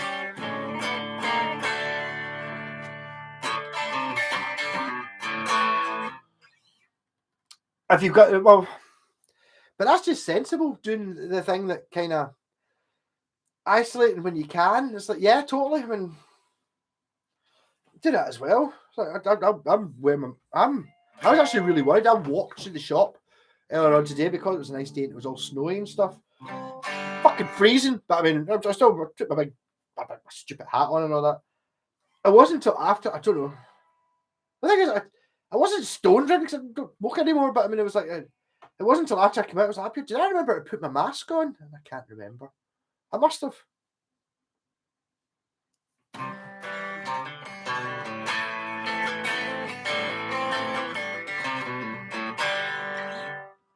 The Ibanez Edge tremolos, what I've seen of them are amazing and they're better. I hate to say it, but see the really flipping expensive Floyd Roses, like the Goto and the Scholler ones, they work an awful lot better. They are, because there's so much in it. Seeing a Telecaster bridge, oh, this is a 6-saddle Telecaster bridge, but like, this is a bent piece of metal, right? It's got 6 saddles on it. It's kind of not difficult to get that so it works really well. Whereas a Floyd Rose has 40 bits. So you've got, like, you know, the saddle, the bit that tunes into it, the string that goes down, the spring that holds it, there's a lot of bits. So like a cheap Floyd Rose, which incidentally is in this, which is brand spanking new, cheap Floyd Rose. Look at all the parts in it. This one works. But it's relative. It's new. I think it might even be brand new. I might have taken it out of a packet. I think I bought this for another guitar that didn't fit. So this is fine, but it's not had idiots working on it. So idiots haven't screwed things in too much, not enough, adjusted it like a moron, like I did with my first guitar. So this one actually works, and you get the full bend in it. But would this take 100 date 6-month UK worldwide tour? Probably not. Bits are going to wear out. There's so much in it. There's so many components to get wrong. Whereas like that was when I was in China. The reason I bought Telecasters was thinking that there's so little in this bridge. If the bridge is in the wrong place, you just unbolt it and move it a bit. You've got leeway. On a Floyd Rose, if that bridge isn't in the right place, what you're going to move the 2 bridge pins it's sitting on 3mm. You can't do that. Difficult.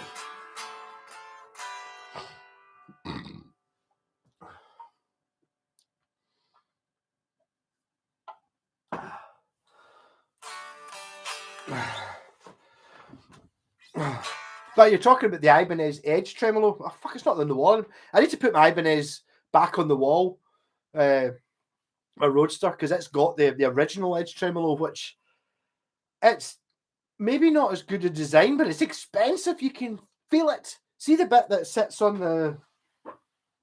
Those things, I was trying to explain this to my pal the other day. See, obviously it's sitting on 2 posts, right? I'm using the Golden Wonder here. It's sitting on 2 posts, right? See the bit of this metal plate that's leaning against the post on the Ibanez Edge? There's an insert. So the piece of metal that's actually touching this post is like high-grade stainless steel. It's only a wee tiny bit that you can replace, whereas this is just a normal Floyd Rose. So although it's great just now, after a whole year of intensive touring, it's going to, after 1,000 hours of playing, it's just this piece of metal here, whereas on the Ibanez Edge, it's not this piece of metal. There's an insert that sits in, which is made of a super special, really heavy metal thing, or really tight metal that will make it work. So it's a funny one. But also knowing how they work.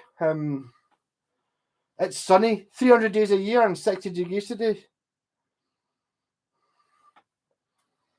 It was sunny today, and basically it snowed last night. In fact, what's it look like outside the window just now? It's not snowed again, but I mean,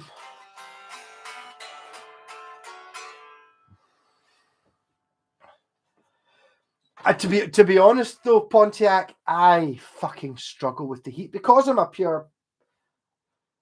I know it's probably offensive to call somebody a whitey, but I mean, my God, I was talking about a video when I was playing the mini guitar on the beach in China, and I'm Scottish people aren't white; they're light blue. Do you know what I mean? It's like, that's not white, that's light blue. It goes past white and goes into the pure further away from pink that you can get, or black brown, you know what I mean? It's pure ridiculous. Oh, Scott, you're still here? I've got pretty steaming, but I'm still not quite as in bad a nick as you were picking up that guitar. So I'm so sorry. Felt guilty. Sort of. That really is woman's cider, though. Rosy. I take it's quite strong. 4%. It's not too bad, but oh. Changing a string on a Floyd Rose needs a mini toolkit. It's just shit, isn't it? I was blown away when I got my Epiphone SG, and it was like, that's all you have to do. Because my first guitar, which didn't work, was a Strat. You had to take the back plate off and try and poke a string through the fucking trem block, and it's pretty difficult. And then the next guitar was a Yamaha RGX, which had a Floyd Rose on it, and it was like pure. So you got to cut the end off the string, undo the thing here, and then put the bolt in, and then trying to check. And then when I got the SG, it was like, what? You put the string through that tailpiece thing, and that's all you have to do. Wow, pure blew my mind.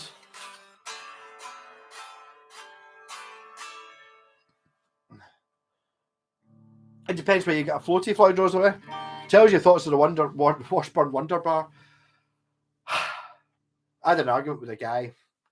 He's a nice guy, but he's got a really bad attitude. Michael Beckman, who runs one of the Day-On pages. And I run a page called the Washburn Golden Era page, which is kind of for Washburns like that. And they're made by Yamaha, who make Day-On. So that we're kind of, it's like having two competing pages, but friends, which is really bizarre. But he's like, I had an argument with him the other day about the Wonder Bar, and it's like, it's basically the point of the Wonder Bar is you could put it on this guitar, right, without having to do any routing, and it's basically like a caller you surface mount. Looking at it, it's hideous and massive, right? But there's an engineering aspect. Like, see, have you ever seen the film The Wild Wild West? It kind of looks like something like that. There's so many rollers and bits that go on it, and extra bits and stuff, and it's like, wow. In many ways, it's an engineering marvel, and I quite like looking at it and its beauty of just the engineering technical aspect of it. But using it, shit, it's like a caller. It's like you got, instead of having like what you get with a Floyd, when it make sure I don't drop this. Like on a Floyd, the same as a Strat, you've got your pivot point, right? So this pivot point goes here. The pivot point is there, so you are pretty much directly connected to it. On a Caller or the Wonder Bar or the Jazzmaster thing, it kind of connects over here somewhere. So it's like a sort of geared version. It doesn't feel like you're actually just moving it yourself. It feels like you're moving a lever that moves something, so you kind of feel disconnected to it. I'm sure you get used to it, and I'm not a fan.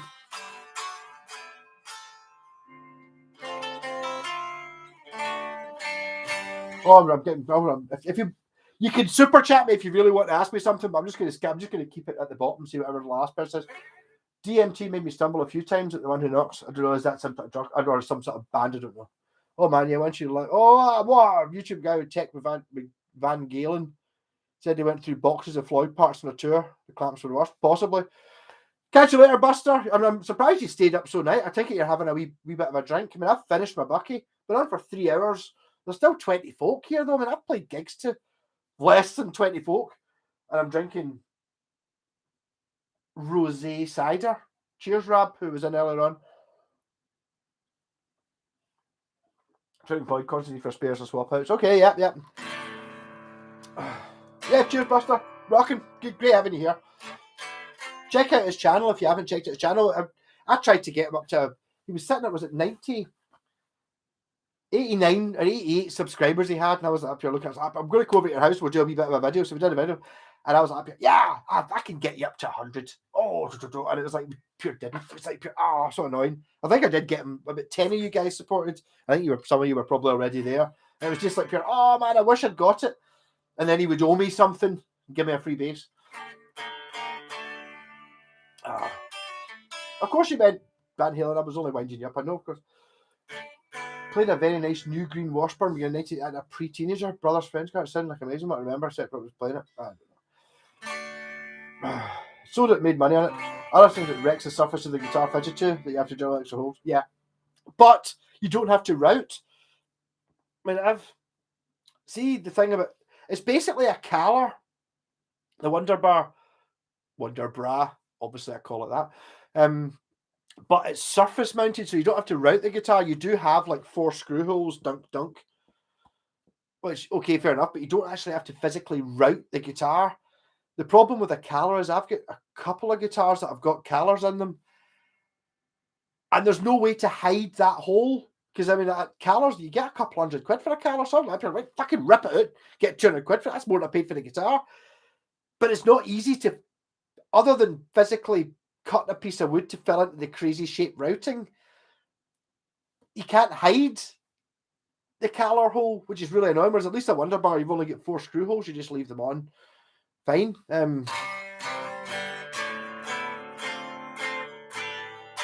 Did a gig for 2 people and it was 2 sets. Yeah.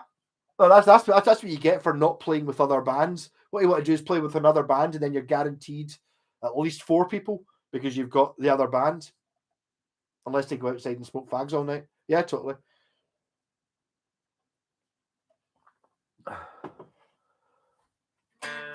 I thought you started your work tomorrow night. Well, good luck on you anyway, Buster. Cheers for coming in.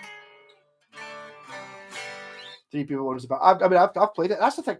Thank you. I mean, I've done. I don't know how many gigs have I done in my life. No, I mean we're not talking hundreds. We're talking 30, something like that. I don't know, in various bands, and like just now there was 21 people a minute ago. There's only 9. There's 20 now. That's fine. 20 people is pretty good, and that's 20 people that don't include the bar staff. I'm doing it my own. It's like, so if I'm in a band with 4 people, 4 times 20 is 80 people. No. Most of the gigs I've done, I've not had 80 folk in them.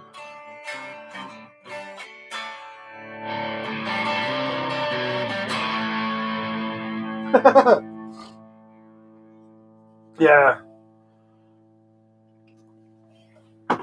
You've got to play. You can't. They're still playing a gig, man. What are you going to say? Anyone get any secret advice? How to hide it? Another bass guitar you're getting home? Oh, I don't know how you do that. I've told you before about it's like the whole idea about you don't buy another guitar, or it's like you hear people that only buy red guitars with white scratch plates and a maple fretboard, so that it's the same one every time. Or you don't buy a new guitar, you buy new pickups, right? Put your old pickups in a drawer. Buy a new neck, update the neck. Buy a new neck, put the old neck in a drawer. Next, obviously, Go-To tuners. Buy Go-To tuners. Put your tuners in. New body, obviously has to be. And you're almost at the point of like, right, so you just upgraded your guitar, and you've got your entire original guitar in a drawer through there. Winner.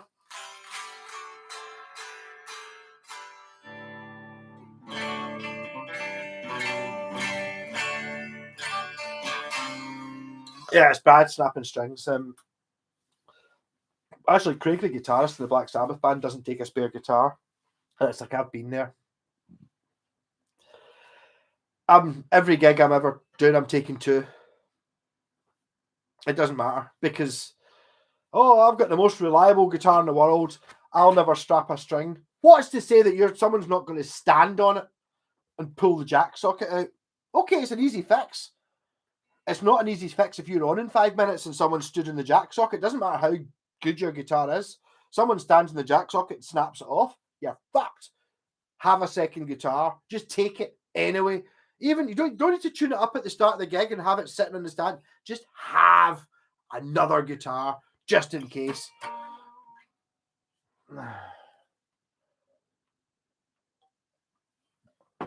I don't know when the last time I broke a string. I've not broke a string. The last The last two strings I've broken have both been E strings on a bass. I'm not including, see, when I buy a guitar from, for 20, 30, 40 quid that's not been touched in 30 years and the strings are 30 years old and you try and tune it up. That doesn't count as breaking a string, all right? Or when you try and tune it down and the strings are a decade old. If you're talking about actually a guitar that I'm actually playing, I've not strapped a string in 20 years, and the last two strings I snapped were both bottom, the thick E on a bass, just because the strings were so old.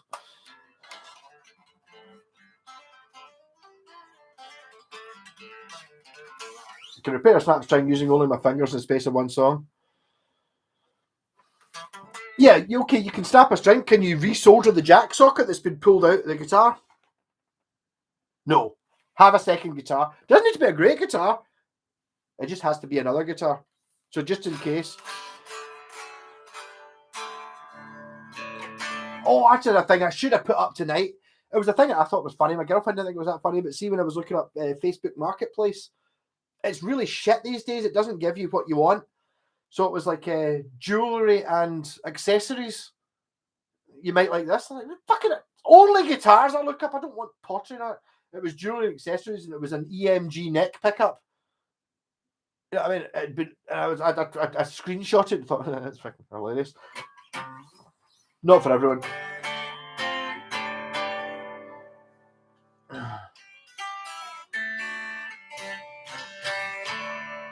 There's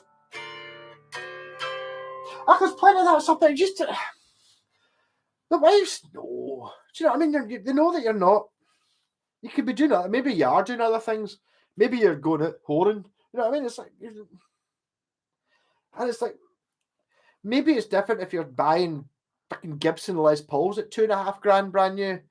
But if you're buying sensible things, a couple of £100, they're sitting. They know. Any.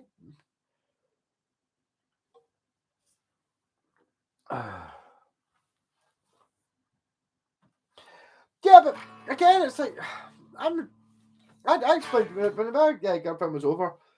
I think it was the second time or whatever it was, and I was like, "I'm sorry, I'm going to have to bid on this guitar and bass." It was in a place called Lanark, which is about an hour and a half down south from here. That's going at 10 o'clock on a Monday morning, sitting at £20. It's an Ibanez bass, a Fender, a Squier Strat, and a bass amp. It's sitting at £20 starting bid. Nobody's going to bid on it. I'm sorry, but I have to go for it. So I got it. I got it for £21.50 or something like that. I was like, do you want to go down to Lanark? First day from Taiwan and Scotland.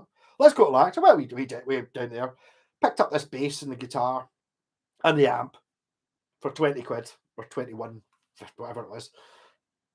Next, so talking to the guy, I was like, up here. So the guy, this is kind of in the centre of Lanark, which is a lovely wee village. Up here, yeah, I'm going to take. Where's a good place to go for lunch tonight? He's there's a new American 50s diner opened. I'd be all right, cool. Where's that? He's like, just around the corner. Is there a good parking place? And he's like, well, to be honest, you're already parked outside my house. Why don't you just leave the car there and just walk around? It's only like 20 yards. So we did that. Went round, had like an American burger bar type experience. And I was sitting there going, I can't believe I got those two guitars or a bass and a guitar for £21. And then after we'd finished eating, suddenly got a knock at the window in the pub. It was the guy, and I was like, oh, fuck, he's realised what it was. And he came in and goes, up here, I found gig bags for the two of them. So I got gig bags for the bass and the guitar, went back up the road, stuck the bass on Facebook Marketplace for like £100. It was like an Ibanez SR, which was worth more than £100, but I'm not being greedy. That pair sold, met a guy in Avalanche Records, which is right in the centre of town, got the money. That pair, there you go. And the guy was pure, oh, are you sure you only want like £100 for it? I was happy, yeah, go for it.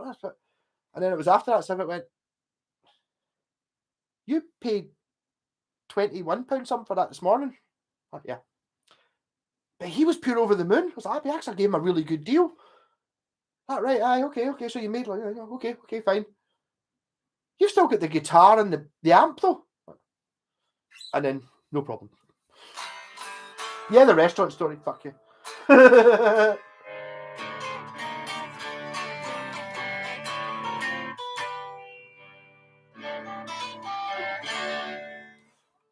I would just go for Wilkinson ones, basically. Tuners.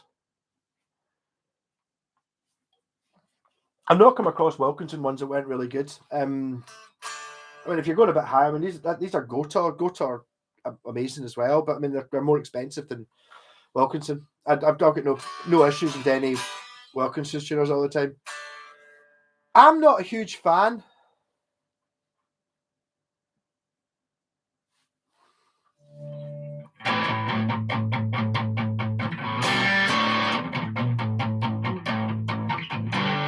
No, Joe was a man who thought he would. I don't really get the point of locking tuners. If you're changing, I don't know, maybe if you're a gigging musician, then your tech might like you because it makes it much easier to change strings. But I'm not really that bothered about. I've finished the Bucky, Danny. I'm on to the girly cider. I didn't buy it. I got given it off my pal Rab. And he's like, "Up here, do you want this cider? I don't want it." I've not seen the Beatles documentary, but I do quite fancy it. I've seen wee snippets of it. Thought it looked good. The thing with the locking just don't do it. The problem I've had with locking tuners, I've fitted them to a lot. I've fitted them to a lot more guitars. I don't even have a guitar that's got them. People just think, oh, my guitar's going out of tune a little bit. I buy locking tuners, but they've got it behind a Floyd Rose clamp. Fair enough if you don't have tuners on the guitar. Stick on locking tuners, they're not that much more expensive, but if you've got like a clamp like a Floyd Rose, you're only tuning it up once when you put new strings on it, clamping them solid, then using this, so there's no point.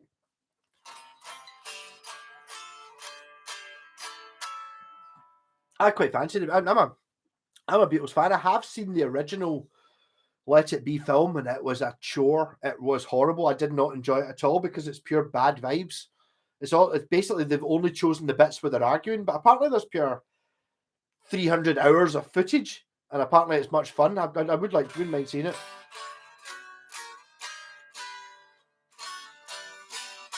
I know the Scholler can be pure amazing. Also see Grovers. I've got the Grovers that are on my Arbiter Flying V. It's like you get Grovers. Yeah, I've got good Grovers on guitars. I'm trying to look and see if I've got one that I can see right now. Yeah, okay, that's got Grovers on it. They kind of look like that. No, Grovers, fine. These Grovers are way better than the ones you get on Epiphones, which look the same. Miles better. See the ones that are on my Arbiter Flying V? Miles better. These Grovers are like, the original Grovers are like, what the? They kind of look the same, but you just look at them and you go, my God. It's like, I can totally see one of those ones that's on my Vantage because it was from the 70s, or my Arbiter. It's like one of these tuners has cost more than a guitar does now. You can just tell by looking at it. It's like, this is a piece of art. Fantastic. Ruttles, get up and go. Get up and go. Get up and go back home. Get up and go. Yeah, the Ruttles are great. Cheese and onions. Cheese and onions.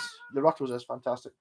The Kirk Hammett guitar, the bloody locking tuners and the locking nut. Yes, I agree. There's no point. But I mean, it does make it quicker to put the strings on because you don't have to think how many turns. So basically, you can just run it tight, clamp it. No, maybe it does make it quicker. I don't know. The thing I don't like with the locking tuners is, say you do it and you want to do some adjusting, you want to swap the pickups out. So you turn, there's a point where you can tune the tuners down until you've got, like, the strings come out to here, and then you can get the pick guard off on a Strat. With locking tuners, if it's only got one turn, you turn it down and it's like, you can't get the strings slack enough to actually get the scratch put out, so you have to take them out off the post. Really annoying. Cheers, Jez. I'm running on. I'm at 3 hours and 20 minutes. I'm totally going to bed soon. We're almost ready for.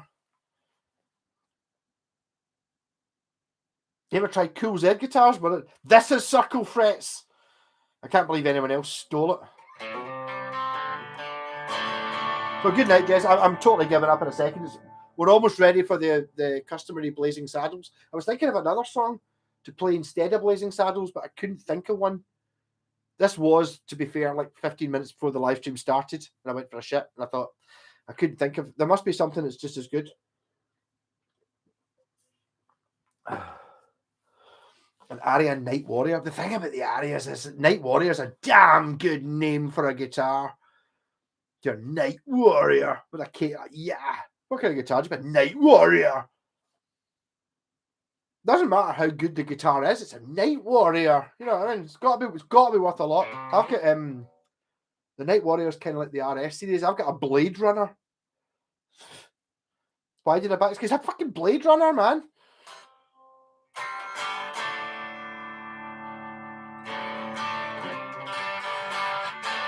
Midnight in Stockholm, it's only, I don't think it's quite at midnight. I think it's like it's 11 o'clock at night here. So you're up. Hang on. Oh. Cash up on Strongbow. Yeah, but it's not Strongbow, it's Strongbow Rosé cider, so it's Strongbow girly cider. It's difficult. Yeah, I don't know. But actually, was it right? Is it going to be able to get it? There you go. Ian Jury and the Blockheads. Oh, fucking.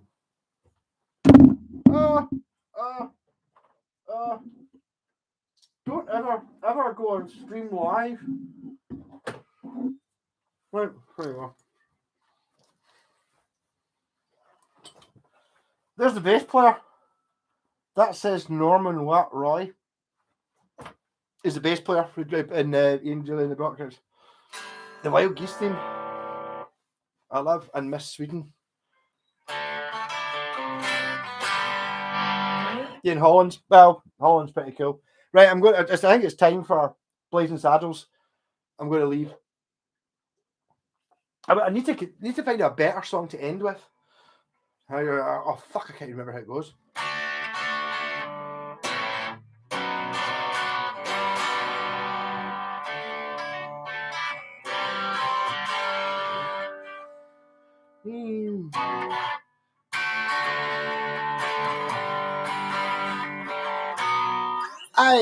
I'm too drunk to remember how to play Blazing Saddles. There's got to be something else.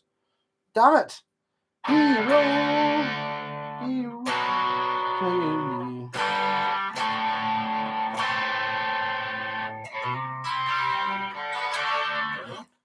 You can quote the film as much as you. There's so many. Where are all the white women at? I can say that. Oh, okay. What goes on? Got my first real 6-string. Bought it on the 5 and 9. Put it to my fingers bled. Was a summer of 69. Wondering. The time it doesn't last forever. Those were the best days of mine.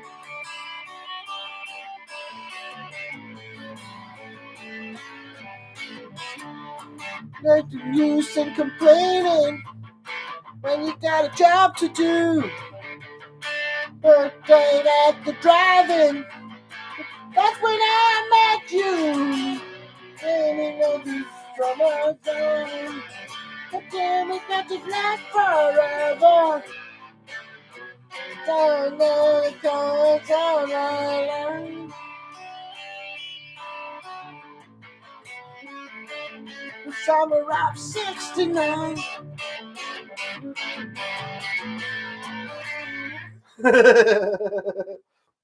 We shit, we were just making mad. War Pigs, come on. I like it.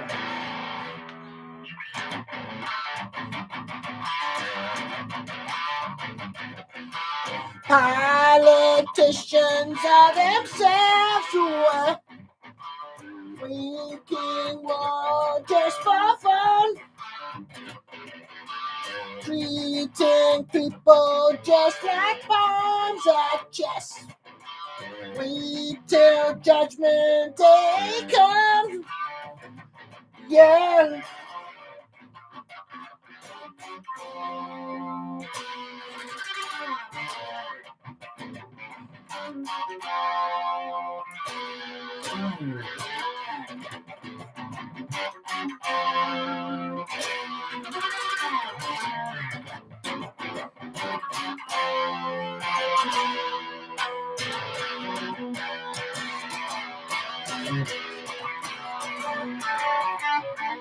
It's so difficult playing these songs when I'm now kind of more used to playing the bass on it when other people have to play the hard bits and I just go ba-da-ba-da-dum-dum.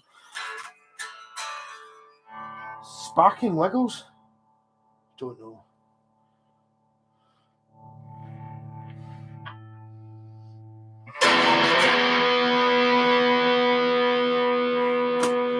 Rock on. Thanks so much, everyone, for joining in. I'm loving it. It's great. I have managed 3 hours, 25 minutes. So much that I've drank more than a bucket and a half. Brilliant. Thanks for keeping me up. And if you miss anything, I just kind of copying everyone. But Pontiac, Blacktooth, and get a job, you Sparking Wiggles. Man, that killed me. No idea what's going on. Cheers, Stephen and Jeff and Pontiac, Blackwood and Mr. White and Macaroon. I love doing this. It's great. It's like it's a super excuse not to just get pissed in the house. Fuck it. Yeah. So I love you all. I can't remember what it was I was going to put in the link below. Like Blacktooth and Buster and all that, and they're all cool. Rockin'. Catch you later. I love you all.